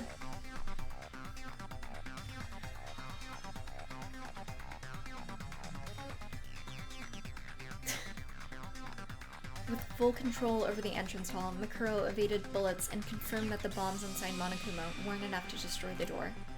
But she refused to stop. Mikuro needed to get information on what she must do to escape this academy. She had no desire to kill Junko. Mikuro wanted to fill Junko with despair by instilling hope into the future of Makoto and the other students. That was Mikuro's ultimate goal: get information. In contrast to her determination, her mouth stayed shut. But this did not mean Mikuro was not currently speaking to Junko. The situation. This battle of death and destruction was a conversation of sorts from Mikuro. All she knew how to do was fight. She thought she wasn't needed. She thought she wasn't interested in anything else. She thought she didn't need anything else. All Mikuro needed to be was a sword to fulfill her sister's desire for despair. That purpose alone was the crux of her existence, and she lived her entire life convincing herself that she couldn't do anything else. That's why power was like a language to Mikuro. A battle to the death revealed more about her heart than mere words ever could. Her words were in the wind of savagery that blows across the battlefield, uprooting others who also speak the language of violence. This was true even against her sister. When Junko would berate her sister, Mikuro couldn't talk back. All she could do was cower and apologize profusely, but it's different now. For the first time, Junko was using a language her sister actually recognized. The child of despair who tore the world apart was speaking to her sister with the language of power. Mikuro's heart filled with joy. For that reason, she strengthened her focus on her conversation with Junko, and that emotion began to gradually disappear. On this frigid battlefield, Mikuro continued her heated conversation. Endless rounds of despair fired from the school's turrets. But Mikuro's words intercepted every last violent shot that threatened to shatter her body and mind in half. In this house we stand Mikuro. I love Mikuro. Oh my god. Welcome back, Laura. She quickly realized that the Monokumas hadn't decreased in number at all. No matter how many, she kept destroying. Not only that, she noticed that more Monokumas had been joining the fray, until there were nearly 50 of them for Mikuro to fight. But Mikuro's resolve wouldn't break so easily. As she continued to wield her power, her heart began to fill with something that was neither hope nor despair. Yeah, my money's on Sakura. I don't think... Okay. I think Nekomaru is strong, but I don't think he would... I think he would be the first to go. I think Mikuro could last a while, but I think, like, Peko probably couldn't, like, scratch Sakura. No, I love the others a lot, but I just, like, Peko's, like, strong with sword fighting, but I don't know. I feel like Sakura could just, like, break her sword or something. God. As she continued to wield her power, her heart began to fill with something that was neither hope nor despair. She learned despair from being abandoned by Junko, and she learned hope from her acts of violence. For Mikuro, she had no interest in this world. The small space in front of the gate was a reflection of her life, a representation of her perfect world. This disappointing girl, filled with endless disappointment, who knew of no other way to live, continued her lonely dance. She surrendered herself to the rhythm of despair, which accompanies the music of hope.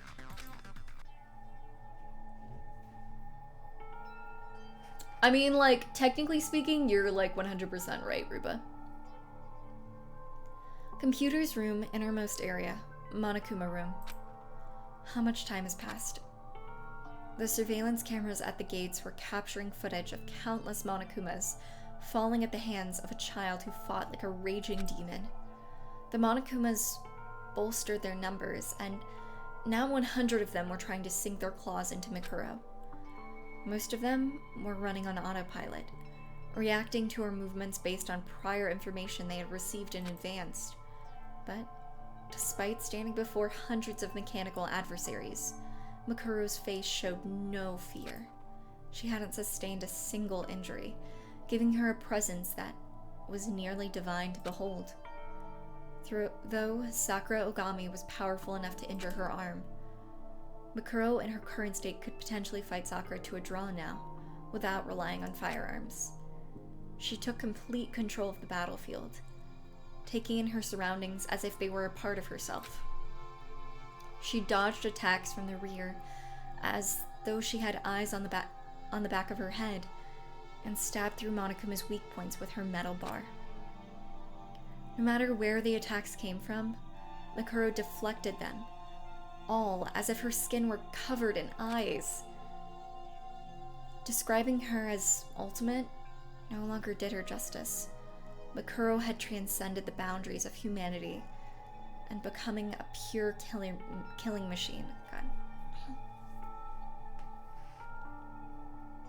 Okay, so this is the answer. Normal circumstances, Sakura wins. When Mikuro is in this mode, it's a draw. Yeah.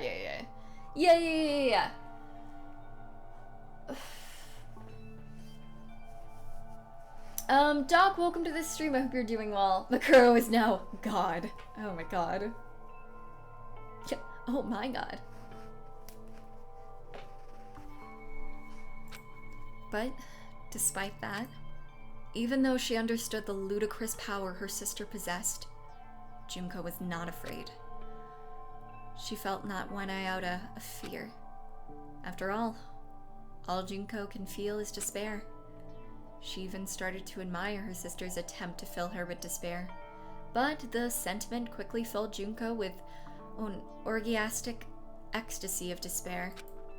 Junko knew. She knew that Mikuro was neither hope nor despair. She was just a phenomenon. A disappointing girl who no longer understood herself. Who only knew how to be violent because it was all she could believe in anymore. Mikuro had become an avatar of destruction beyond that of any military force. She couldn't even be considered a soldier anymore. She was a natural disaster, like a typhoon or a tornado. Or perhaps, like gravity, she was now a fundamental force of the universe that only existed to bring despair to Junko. The mastermind enjoyed watching her sister go all out. If Mikuro destroyed everything and ruined her life, Junko would still be confronted with despair. She could still just go right ahead and overpower her. Junko considered this a few seconds later. A familiar, hopeless habit reared its head. Her habit of getting so bored that it made her sick.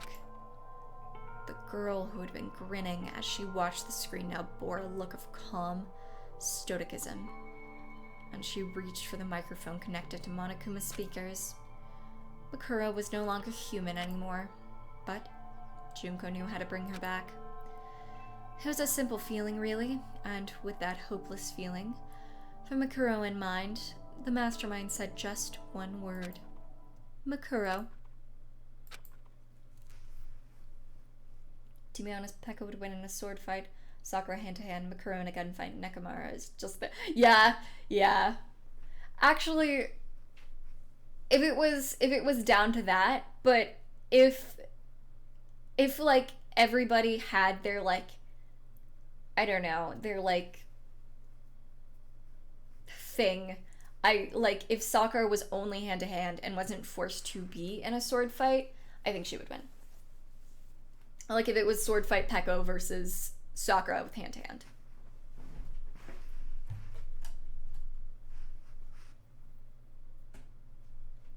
Komahina fanfic. In front of the main entrance, Mikuro, that voice, it was calling her name. Instead of using Monokuma's voice filter, Junko's natural voice was coming out of a Monokuma unit. That's all it took. With one word, Mikuro Ikisaba stopped being a force of nature and became a person again. Monokuma would not miss this opportunity. As if moving to the beat of Mikuro's shaking heart, a torrent of claws leapt to attack her. But Mikuro trusted her instincts and twisted her entire body to fend off the attacks, leaving her with only a few scrapes here and there. But the despair wasn't over yet. The ultimate despair didn't waste any time making her next move. Mikuro, watch out! Huh? As soon as Mikuro heard that voice, her mind went completely blank. There was no mistaking it. That was Mikoto's scream. The scream that saved her from the spears of Gungear and changed her destiny. No, that's wrong. It took her a tenth of a second to realize that voice was just a sound clip that Junko had replayed. But it was more than enough time to drag Mikuro, who'd regained her humanity, into despair. Right when she recovered from her moment of shock, Monokuma appeared behind her and roundhouse kicked her into the temple. She twisted her head to roll with the blow, but at that moment, a different Monokuma attacked her from the opposite side with a headbutt. And as soon as Mikuro dodged that attack, 3 Monokumas launched simultaneous drop kicks and knocked her to the ground. Ugh. The fact that they weren't using their claws meant they weren't trying to kill Mikuro right away. Before she could stand up again, dozens of Monokumas waiting for her on the floor climbed up on top of Mikuro and pinned her limbs. One of the Monokumas waddled over to Mikuro as she lay face down on the floor and laughed. I need to, take a second. Oof. Mikuro stays strong. I love her. Can't believe Mikuro lost god status. Oh my god.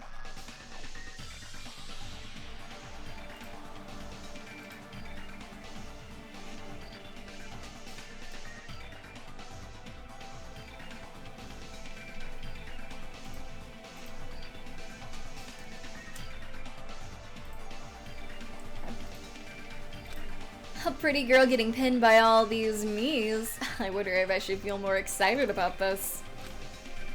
Don't make that face. If I wanted to kill you, I'd just pump you full of bullets right now. But I don't think the audience watching this on TV would like that ending very much. I need to make sure I do it the right way this time. What are you planning to do to me? Mikuro asked in her emotionless voice. Monokuma guffawed and answered, Nothing. I'm just gonna stick to the original plan and make you play the killing game at the school. I'll erase everyone's memories again and I'll just make them redo the introduction and the entrance ceremony again. In typical Monokuma fashion, he leaned his face towards Mikuro. But it'd be boring if we had to redo everything. Maybe this time I'll have you participate as Mikuro Ikisaba. I'll take away even more of your memories like I did to that irritating detective girl. You'll just be a poor little girl with no memory at all. As Monokuma talked and wiggled his body from side to side, the other Monokumas danced and twirled around. Amid this fantastical scene, Monokuma continued to describe this hopeless plan in a nonchalant manner. At first, you'll be the girl with amnesia, and everyone will feel sorry for you. But as they unravel the mystery of this academy, they'll find out who you really are. It's exciting to think how they'll treat you when that happens. Knowing you, you'll probably kill someone purely on instinct. Maybe I should rethink my rules about self-defense. You can't. Her memories would be erased. There was nothing she could do about her classmates hating her, but losing even her childhood memories would mean her connection to Junko would be severed as well. Even if Mikuro had no interest in the world, that would be unbearable even for her. I've heard of New Game Plus before, but this is the first time I'll get to see New Game Minus. I should tie you up for fun. Or maybe we should make this game even more masochistic. Forget hard mode, very hard mode, and inferno mode. Want to just skip ahead to impossible mode? Maybe I'll erase your memories after I drag you on a motorcycle, pummel you with 1,000 baseballs, burn you at the stake, and crush you with an excavator. Mikuro knew what Monokuma was talking about. He was describing the tools they had prepared for the various executions they had planned for the students. After everyone reintroduces themselves, they'll walk around the school grounds and eventually find a flat-chested girl with amnesia, covered in bandages with Fenrir's tattoo on her right hand. I'd bet a certain fan base might get off on that. If this were a game, that would increase sales by, 500%? Though Monokuma sounded like he was joking. Everything he said was deadly serious. As evidence, Mikuro heard a rumbling sound off in the distance. Now then, your sweet ride is on its way. Based on the engine's noise, Mikuro summarized that it was a large motorcycle that was supposed to be used for one of the executions. I took the time to bring this all the way from the punishment room, so you better be grateful. The sound of the roaring engine grew louder and louder, even the approaching footsteps of death. Mikuro wondered how Monokuma would drive it with such tiny arms and legs, but then she remembered she was dealing with an ultimate despair. Junko would make the impossible possible just to bring out despair. A despair that went hand in hand with Makuro's fate. Did I fail? I couldn't fill Junko with despair? I couldn't save Makoto and the others? Questions raced through Makuro's mind, but she wasn't able to answer them. There was no way she could have answered them so easily. After all, she was still alive. The sound of the motorcycle grew closer and closer, as if it was threatening to break Makuro's spirit. Suddenly, Monokuma stopped moving. The other Monokumas continued doing their automatic movements. As a strange event unfolded, Makuro noticed something. The motorcycle had suddenly gone quiet. After a few seconds, the engine exploded to life and began to approach even faster than before. Only a few seconds later, what appeared in front of the main entrance was an enormous motorcycle that plowed through groups of Monokuma like a predator hunting its prey. The rider of this motorcycle was none other than Mondo Owada. Makuro and Monokuma were both visibly shocked by this turn of events.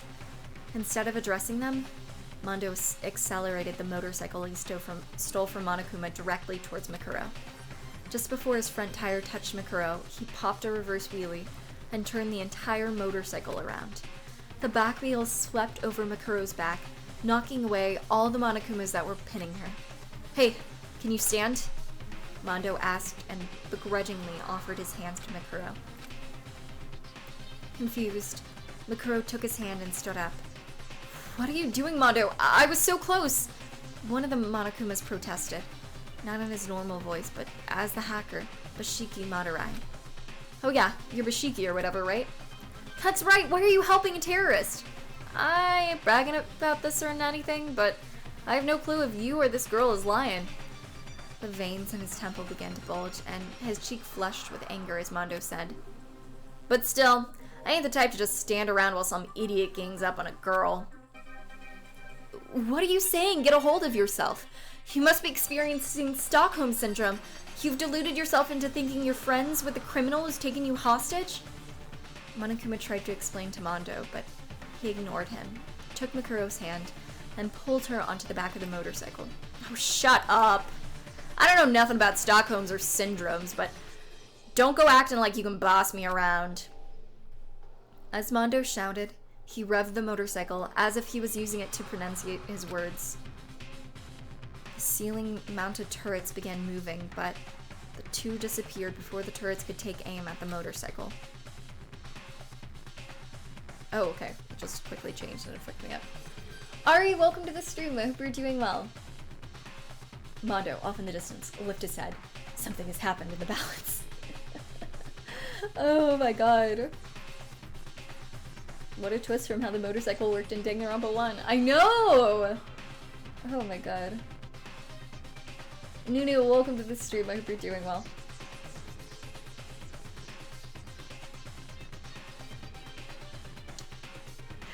Oh my god, thank you so much, Crazy. That's really sweet. What the heck? I really appreciate that. I try. That means a lot to me.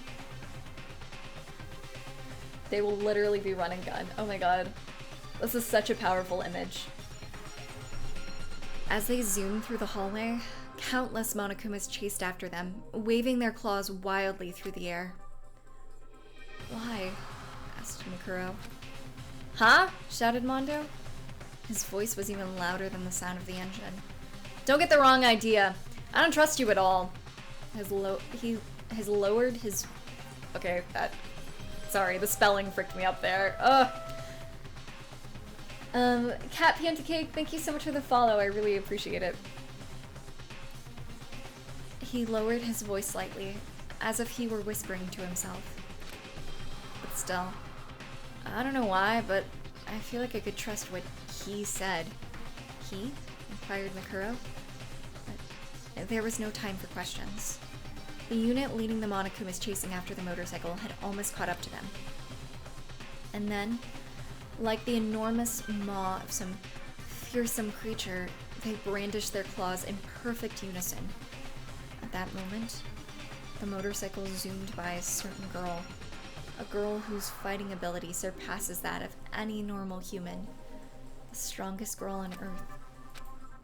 With a fighting spirit that defied comprehension, the ultimate martial artist kicked off the floor.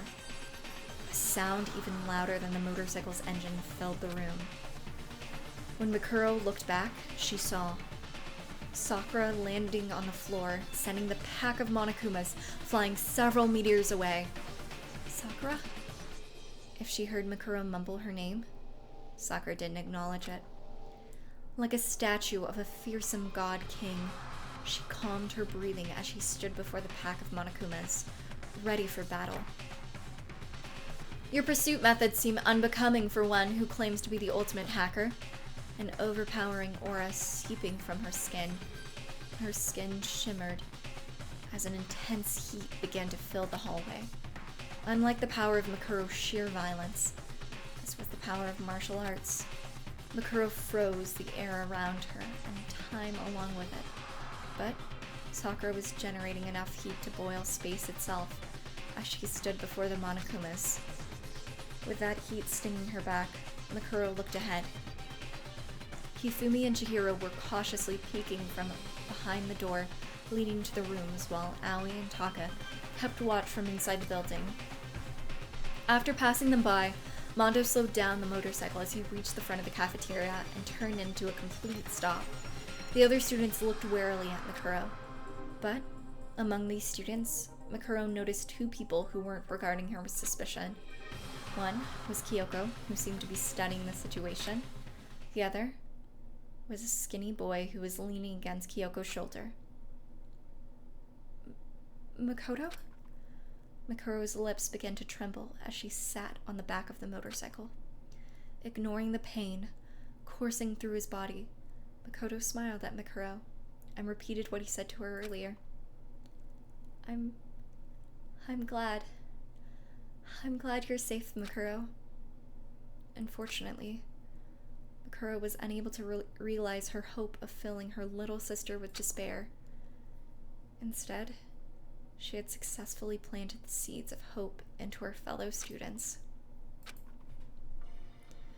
Makoto had barely regained consciousness, while Mikuro was fighting the horde of Monokumas at the main entrance. When he woke up, he did something extremely simple. He talked about his memories. Most of the students were still skeptical, even after listening to Mikuro's recorded confession of Chihiro's laptop. Obviously, they were still not entirely convinced. At first, when Makoto woke up. After Sakura asked him a certain question, the ambience completely changed. And beyond the walls of the school, the world is completely destroyed. You're saying there's no one else alive? Makoto slowly sat up to answer Sakura's meek question. Don't worry, I'm sure Kenichiro is still safe. I'm sure he'll keep his promise to you. Sakura gasped. Kenichiro was the only man she couldn't defeat. A man who had promised her a rematch, and made her one other promise as well. How do you know that name? How do you know about that promise? Because you told me. No, Makoto slowly corrected himself. You told all of us. Sakura was silent after hearing those words, but she then faced the other students and spoke in a loud, clear voice. I'm going to trust Makoto. Sakura? Though Aoi was shocked, Sakura continued to speak with determination. What Makoto just said is something I kept locked away inside my memories. In fact, I was planning to keep that a secret until the day I died. But if I shared that secret, it means there was once a strong bond between Makoto and myself. And with my fellow students as well. God, I'm getting such a weird, ear pain right now. Oof. Oof. This is so cute. I'm soft too. Oh my god. Appley Cake, welcome to the stream. I hope you're doing well. Ow. I don't know what's going on. I love the power of friendship. What a mood. Makoto continued to talk in a gentle voice, though it couldn't have been good for his health. He continued to slowly talk about the memories that the other students no longer had. What do you know about the story I'm planning to write? Are you a specialist Nen user who can predict the future? You already finished that story, Hifumi. You had me help you with inking. What? Wait a second. How do you know I extorted money from the girl that related to the Kuzuryu clan?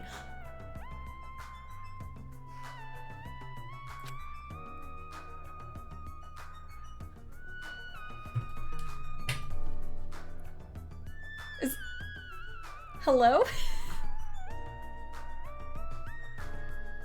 Hello? Whom?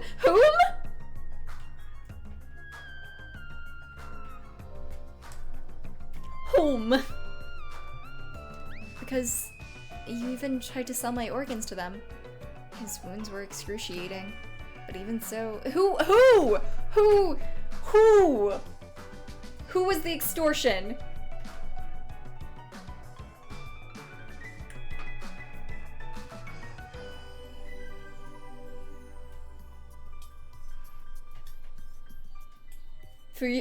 Wait! Did Hiro try to extort money from Fuyuhiko's sister?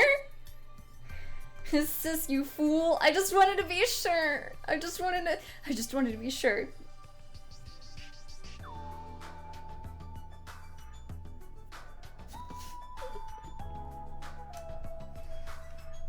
Oh my god.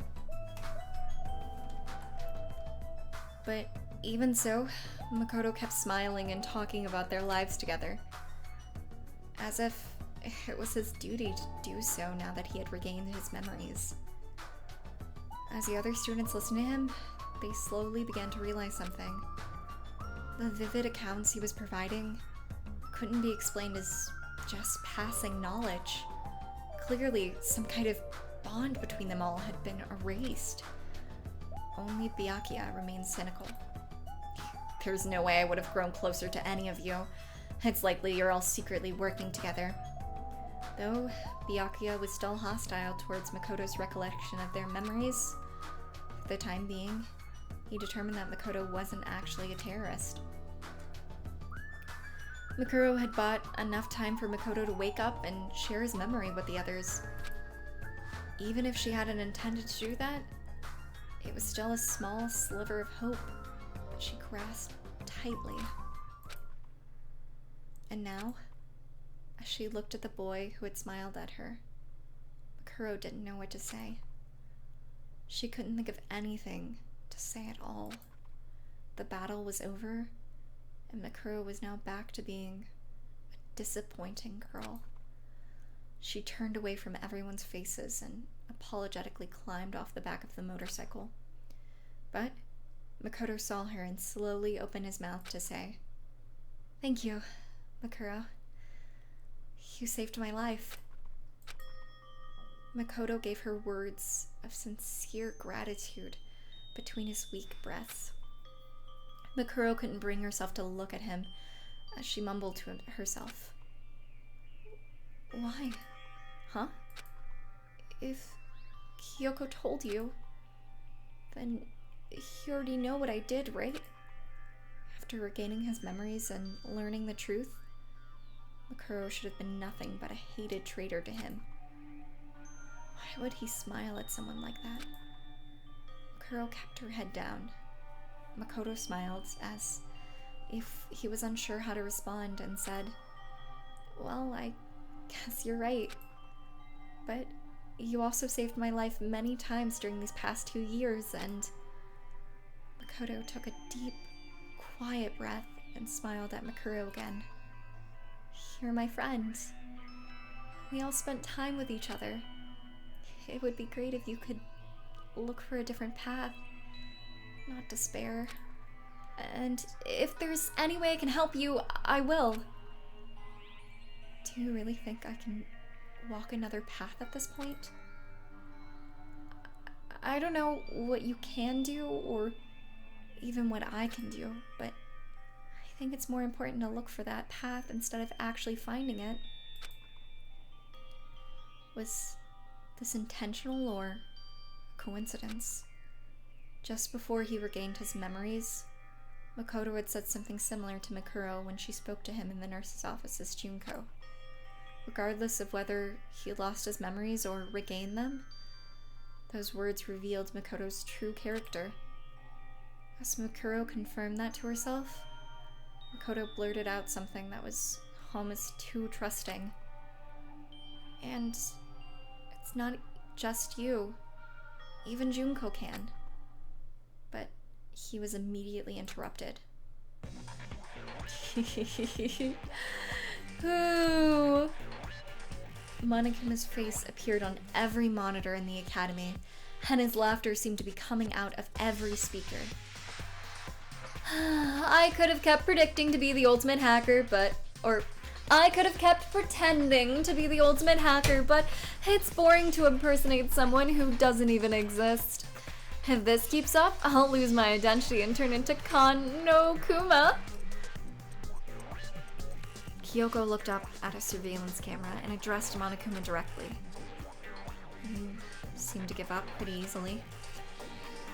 There isn't a bear anywhere that gives up as easily as I do.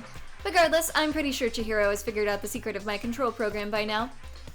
So, just as I thought, you included that program on purpose. Kyoko realized something when Mikuro told her about Junko. There were two reasons such a hateful person would intentionally leave an obvious clue inside the Monokuma units.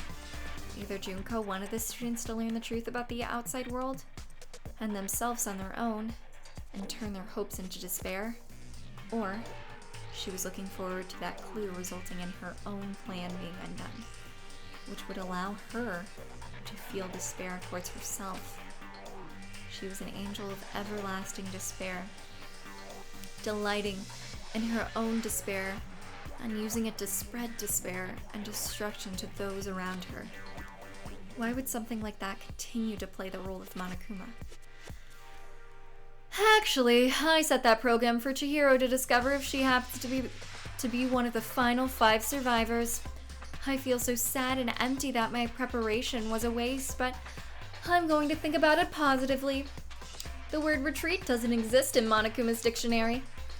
Nervousness began to grip the students as Monokuma continued talking in his relaxing, uplifting voice. Now then, it looks like everyone's here, including Toko, who's still tied up in her room. So, let's start the heart-throbbing, exciting special graduation exam. Huh? The students broke out in noisy confusion, but Monokuma ignored them and kept talking. Don't think about it too hard. Relax, relax. Change relax to uppert. For all I care. Rupert? What?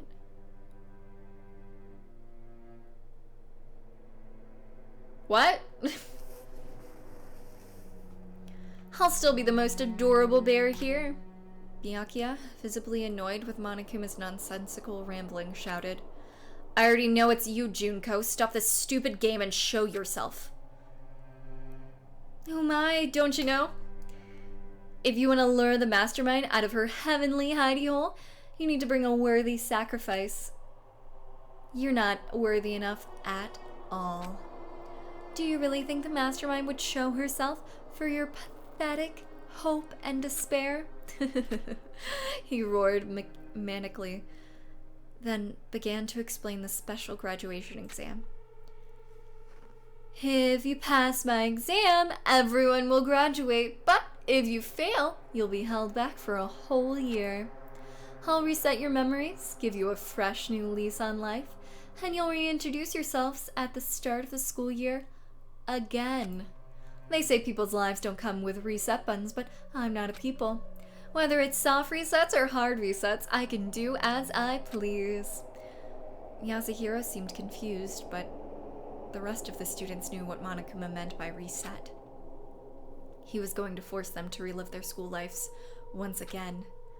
As Yasuhiro struggled to understand, Taka pointed at a nearby monitor and shouted, "Stop this already! No matter what you do to us, we'll never commit murder.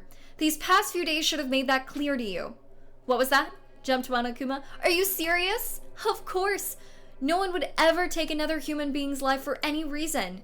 As Taka shouted, one of the students, a pale-faced girl, standing apart from the others, looked away. It was Sayaka. As she trembled, a voice popped up from behind her. "What do you think, Sayaka?" She couldn't even turn around from sheer terror, but Sayaka knew. She knew Monokuma was standing right behind her. "Do you really think none of you will become a killer?" Monokuma leaned toward Sayaka and asked her a question only she could hear. "By the way, Sayaka, did you go to Makoto's room when nothing strange had happened yet? Did you two have an inappropriate relationship? What would your fans think if they found out you made a move on a boy by sneaking into his room? Or were you there for some other reason?" She could barely make a sound, much less scream, as her trembling worsened. Monokuma had nothing to gain by cornering Sayaka and toying with her emotions like this. He simply wanted to see the young singer fall into despair over her true character. And, for that reason, Monokuma did not relent. Hey, what were you trying to do to your close friend who you've known for the past 2 years? Her determination from last night blended with the memories Makoto had recounted and ate away at Sayaka's mind like a disease. As her mind began to rip itself apart, she fell to her knees.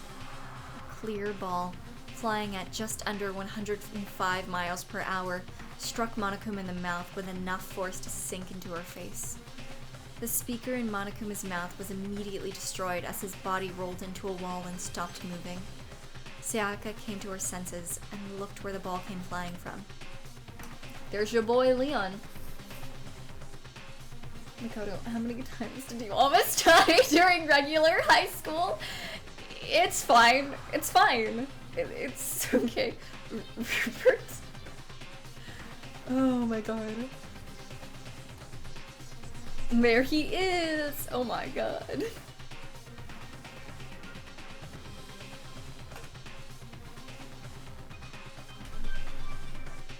She saw Leon breathing heavily as he stared intensely at Monokuma. Yasuhiro grabbed him and yelled, "Dude, why did you do that, Leon? That crystal ball is really valuable!" Leon had stolen Yasuhiro's crystal ball and thrown it at Monokuma. That Monokuma guy was trying to take Sayaka hostage. What was I supposed to do? Dude, that crystal ball cost me $2 trillion! $2 trillion! They don't even print that much money anymore! Oh, BS. Besides, if the world is all screwed up, what the hell are you gonna need money for anyway? If it's safe out there, I'll join the major leagues or whatever and pay you back. The only time I relate to Leon. Oh my god. Wait, that's what he does in the game. Yeah, but this time for hope and not for despair. Well, I could pay you back doing something else besides baseball. As those two argued, Sayaka fell to her knees. "Hey," shouted Leon, running towards her. "Sayaka, are you okay?" She looked at him and stared blankly. "Leon." She had made up her mind, and she raised her head and she said, "There's something I need to confess to you later." "What? Seriously?" Sayaka was staring at Leon so intensely that he briefly forgot about the current situation. Not just to you, but to Makoto and the others too.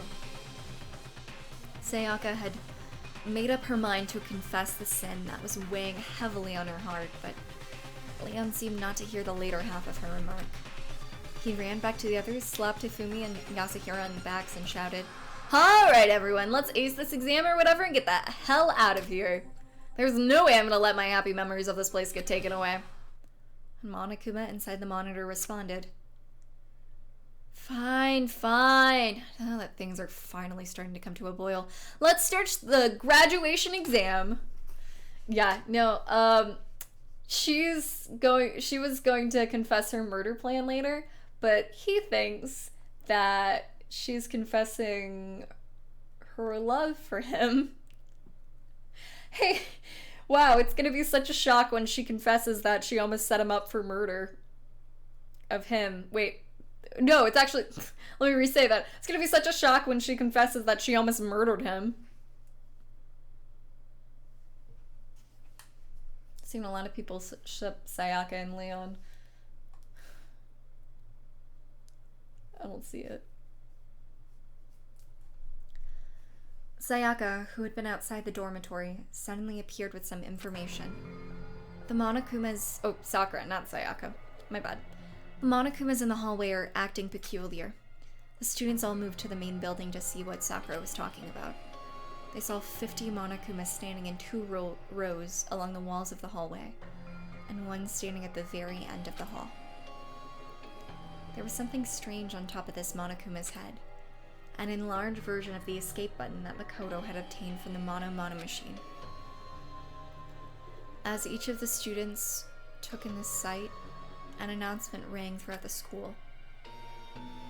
The me at the end of the hall has a button on top of his head that'll open the main entrance. You'll have 15 seconds to get that button, and if you do, I'll let you have it in place of a diploma. The students seemed surprised by the straightforward explanation. Only Celeste remained calm, and she asked Monokuma with a bored look on her face. Of course, it's not as simple as running up and taking it, is it? Oh, how mean. Do I look the kind of headmaster that would interfere with a student's graduations? Forget the gunfire salutes. I'm gonna send my graduation off with some fireworks. 100 fireworks to be exact. Enough for 20 seconds of hardcore partying. Partying? Partying. The more perceptive students immediately realized what he was talking about.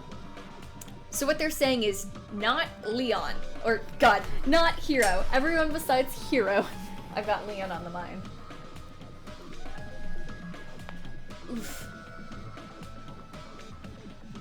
The bombs installed inside each Monokuma, they would explode one after the other, filling the hallway with fire as time started. After 15 seconds, the me standing at the back of the hall is going to sacrifice himself to give you guys one final firework. By the way, this probably isn't important, but the button isn't very durable. This graduation exam was Monokuma's way of saying that he had no intention of letting anyone leave. It was clear from the explosion the students saw during the entrance exam that the halls of Hope's Peak Academy would be bathed in fire. Even if someone was lucky enough to survive the explosions, the burns on their body alone would be enough to send them into a fatal shock. Their lungs might be completely incinerated by the scorched air before that. But if they sacrificed one student to run through, the odds were low that they would even succeed. But there was no reason for every student to run in at once either, and a shadow of despair fell upon their faces. Nice, very nice. I just want to take a picture so that I have those faces as a souvenir. As Monokuma laughed from behind the monitor, Sakura stepped forward. I'll do it. I've only seen the explosion once, but I believe I'm capable of withstanding its power. No! Shouted Aoi. You can't! Even you couldn't handle 100 of those explosions. Sakura shook her head. I'm the only one who has a chance.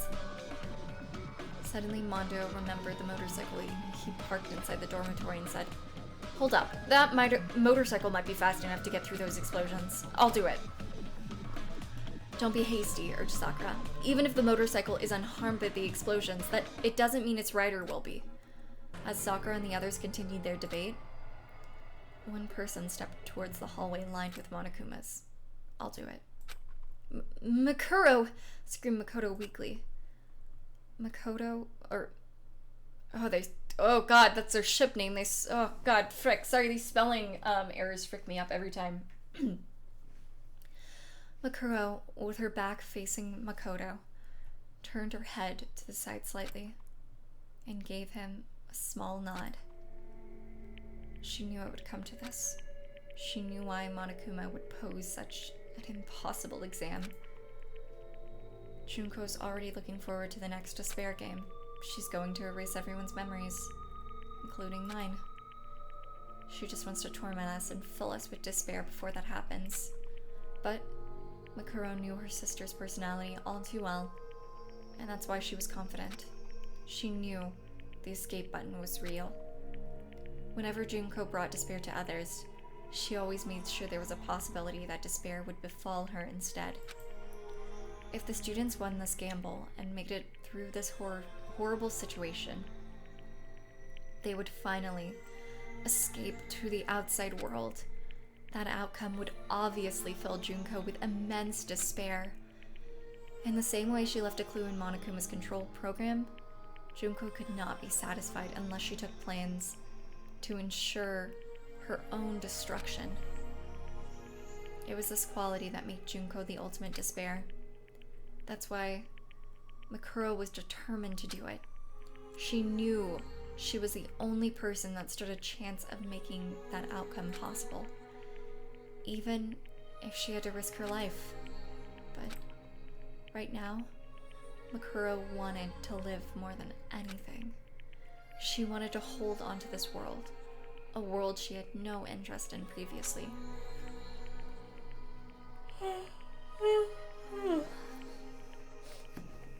The writers knew. Oh my god. Joker, welcome to the stream. I hope you're doing well.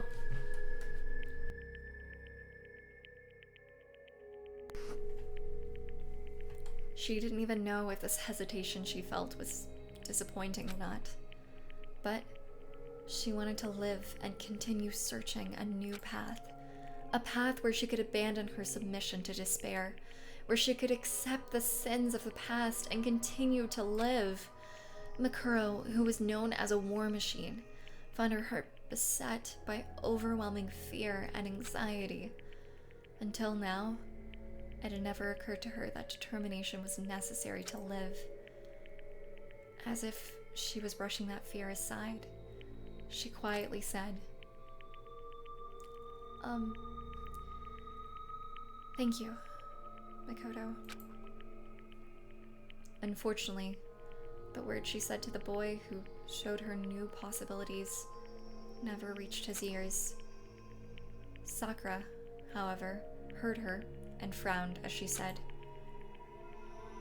if you're planning to sacrifice yourself as an act of penance, I'll stop you with all my power. Though her words were firm, there was unmistakable affection hiding in them. Both girls had dedicated their lives to battle, and yet Mikuro felt a twinge of jealousy toward Sakura for possessing something she lacked. Mikuro leaned towards Sakura and whispered in her ear, "What? Are you serious?" As Sakura's frown intensified, Monokuma's voice blared throughout the halls. Alright, I'm gonna start the exam now. Ready, set, go. There was no time for questions or objections. The frontmost Monokuma exploded, sending a roaring wave of heat through the hall. But Mikuro didn't look away. She began moving, powered by result determination. Monokuma room.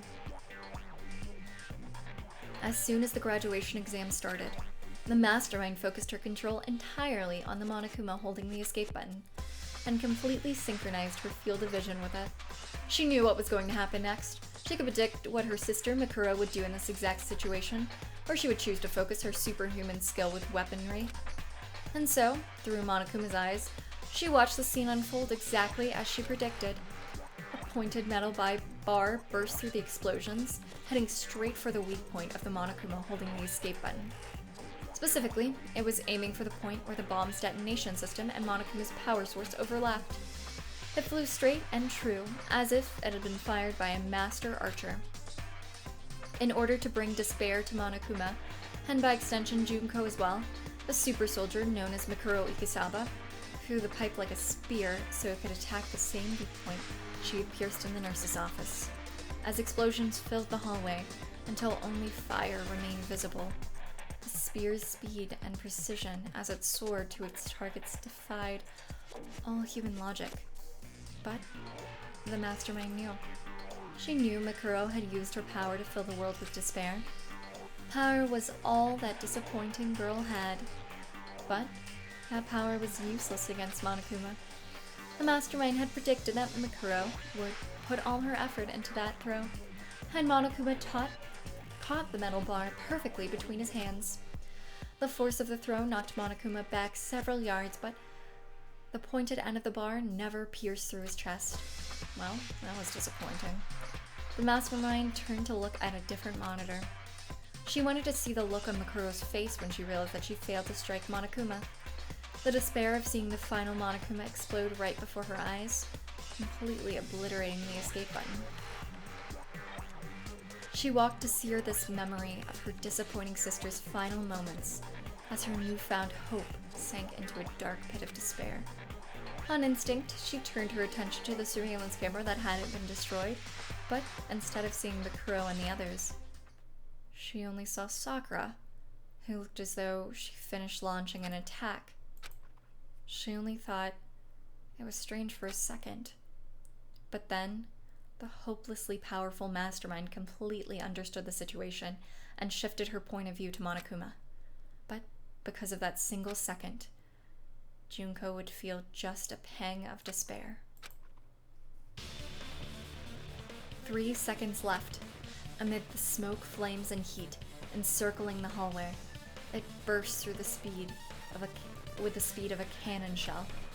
It glared at Monokuma with hot, boiling eyes that betrayed the icy expression on its face, and then, sharply, swiftly, strongly, it transformed into a living weapon that cuts through everything, revealing its true form in that hall of despair. 2 seconds left. Monokuma, who was still holding the metal bar in his hands, tried to move, but at that exact moment, the living weapon carved a path through the flames and appeared before him. Its body, which had never been wounded on any battlefield, was sustaining all manner of burns and injuries. But even so, it did not falter. The fire in its eyes never flickered once. 1 second left. The living weapon, Mikuro, slammed her knee into the back of the metal bar Monokuma was holding. The sharp tip of the metal bar slipped through Monokuma like a rail spike, shredding the detonator and his power source into pieces.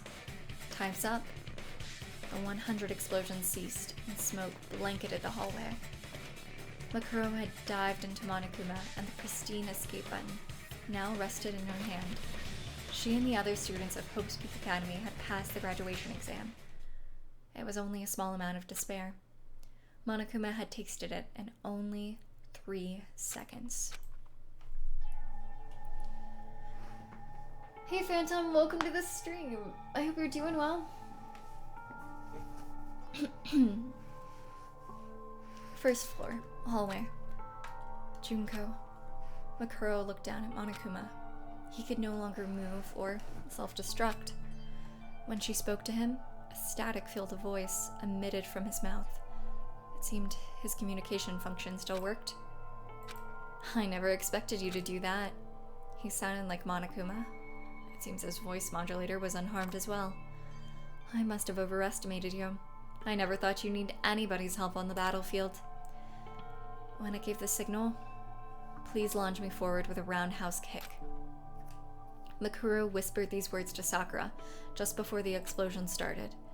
After Mikuro threw the metal bar, she jumped into the air at the exact moment Sakura unleashed a roundhouse kick. Right when Sakura's foot made contact with her own, Mikuro used the force generated by her kick to propel herself at Monokuma.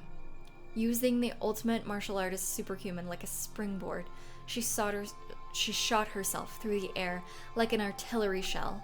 Enduring intense heat, shrapnel, and blood-draining G-force, she stayed conscious as she charged through the hallway, engulfed with explosions and despair. Mikuro trusted Junko. She trusted Junko to predict that she'd throw the metal bar and catch it accordingly.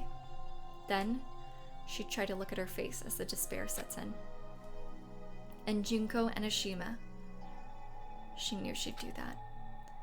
Although Mikuro hadn't predicted that her sister would try to kill her with the spears of gun gear, she had a better understanding of her actions now. As Mikuro stared Monokuma in his face, all he could do was laugh scornfully. You put your life in someone else's hands for a deadly battle? I don't know how I feel about that. You'll always be a disappointment. I guess this time I'll just say I lost because I didn't see this much disappointment coming. The end. Mikuro shook her head at Monokuma. No, you're wrong, Junko. Huh? If you want to talk about winning or losing, I think we lost before we even started. Mikuro's eyes shifted from side to side, as if she was unsure of something, and she fidgeted in place as she continued to talk. No matter how much despair they felt, you didn't think they'd kill each other the way they were before. That's why you erased their memories. They aren't like the others you forced in the past. You knew these students would never do that. They aren't like the characters in Danganronpa 2. That's what you believed, isn't it? What are you talking about? So, it's okay, Junko. I'll bring back everyone's memory someday, and I'll show you everyone's happiness and their bonds. I'll show that to you and fill you with even more despair. Mikuro nodded as she said this, as if to cheer her sister up. After several seconds of silence, Monokuma responded. You finally beat me this one time, and that lame speech is the best you can do? You're such a disappointment. You never fill me with despair. It's just constant disappointment. After pounding like a sore loser, Monokuma continued to speak in his usual tone. But you guys will be back. And when that time comes, I'll invite you guys to a wonderful place. I found out about this fun island while I was running things here. Monokuma's laughter filled the room before the static finally cut out, and his remains fell silent. He wouldn't be talking again anytime soon. The mastermind was already preparing a new despair to bring to the world, and to the students of Hope's Peak Academy, Junko included. In the end, the mastermind stayed in her Monokuma persona until the very end, and Junko Enoshima never showed her face again. It was as if she resented the despair Mikuro had given her. That thought almost filled Mikuro with despair. But when she heard her classmates calling for her, she sealed that despair into the depths of her heart. From now on, she would seal away all her despair. And one day, when she can give Junko the perfect despair, she'll unleash all the despair she's stored and plunge with her sister into a dark abyss. I won't leave my little sister alone. In the end, that was the first hope the disappointing older sister had felt since she was a child. Oh my god. It's that scene from the first game, but with everyone. Aw, that's so sweet. Frick.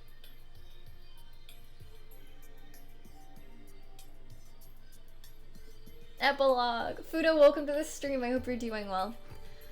Several hours later, main entrance. Mikuro, are you really going to go out wearing that wig? After receiving a blood transfusion of the correct blood type, Makoto was beginning to show signs of recovering. Mikuro, holding her wig to disguise herself as Junko Enoshima, nodded. If I live as Junko, I might be able to understand her better. Despite that, Mikuro's voice still sounded like her own, as if she hadn't fully decided. And I've made up my mind. While I'm out there, I've decided I'll accept everyone's hatred towards me and towards Junko. I can't die until I've destroyed all the despair that Junko has spread. The damage that the ultimate despair inflicted upon the world cannot be measured in terms of money, culture, or even human life. Television broadcasts had already begun informing people that Junko Enoshima and Mikuro Ikesawa were the heart of ultimate despair. Among the survivors in the outside world, there were still people who hadn't been tainted by despair yet. Regardless of the fact that she released Makoto and the others, to these survivors, she was nothing more than the reason the world ended. And to the terrorists wearing Monokuma masks who continued to ravage the world, Mikuro was nothing but a traitor. She was now in the hopeless situation of being enemies with most of humanity. But Mikuro wasn't making a big deal out of it. I'm going to try not to kill anyone who comes after me for revenge. Wouldn't it be safer just to turn yourself in? Wondered Yasuhiro. Well, you might just get executed instead. But you could live to be an old lady if your trial keeps getting pushed back. Mikuro slowly shook her head at Yasuhiro. Laws, justice, these things no longer exist. Is it really that bad out there? Maybe we should just stay in here. Byakuya glared at Yasuhiro with contempt. Ignorant idiots should just shut up. Your fate...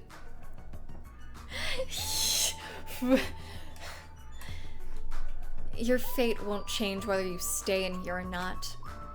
Though, he was shocked to learn the Togami Corporation had been destroyed. Byakuya continued to remain firm and proud, even towards Mikuro. You are a rare asset, continued Byakuya, so I'll let you live for now. Depending on your actions, I may consider forgiving your crime after I've built a new world.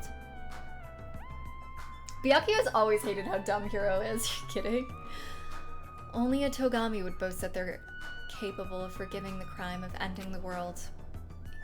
You don't need to do that. I don't plan on just surviving. After turning away from Byakuya, Mikuro looked at the other students. Everyone was reacting in their own way. Kyoko had a look of quiet preparation. Toko, having just changed back from Genocide Jack, was panicked and confused. Mikuro looked back on the 2 years she'd spent with them, then turned to Makoto, who shared the same memories as her, and gave him the escape button. Makoto, you press it. Huh? Me? I think it's better if you press it instead of me. As she watched Makoto accept the button with some hesitation, Mikuro thought about what Monokuma had said. You guys will be back. Mikuro knew that Monokuma was telling the truth. After all, the file the students needed to fully restore their lost memories remained hidden in the academy. The research notes of Yasuki Matsuda, the ultimate neurologist. His research is the key to restoring everyone's memories. Even if the students no longer have their memories, they may be able to repair the bonds they had built among themselves over the past 2 years. But as long as their memories remain unrestored, the mastermind could repeat her deadly plan. Although the island mentioned earlier sounded strange, the students could not turn their backs on the despair facing them. Then, let's go. Makoto remembered everything that was happening in the outside world. The boy who had chosen to remain inside the academy 2 years ago was now choosing to leave. How much did he struggle to come to that decision? But he was determined to face the despair awaiting him outside, and hid his internal conflict from the others. By protecting Makoto's hope, Mikuro would bring despair to her beloved sister. But she no longer knew if the end result of her goal would lead to hope or despair. She pulled the wig over her head and hid her face with her hands.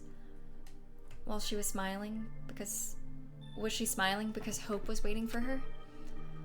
Or was she crying because her path would lead her to despair? When she lowered her hands, her face was devoid of all emotion. Mikuro no longer knew what expression she would wear on her face. At the same time, Makoto pressed the escape button. A siren began to wail as the turrets retracted into the ceiling. From beyond the heavy door, a bright light appeared. An infinite number of ifs and all the possibilities contained therein encased the world, accepting every hope, despair, and even the feelings of that disappointing girl, Mikuro Ikesaba. There we go!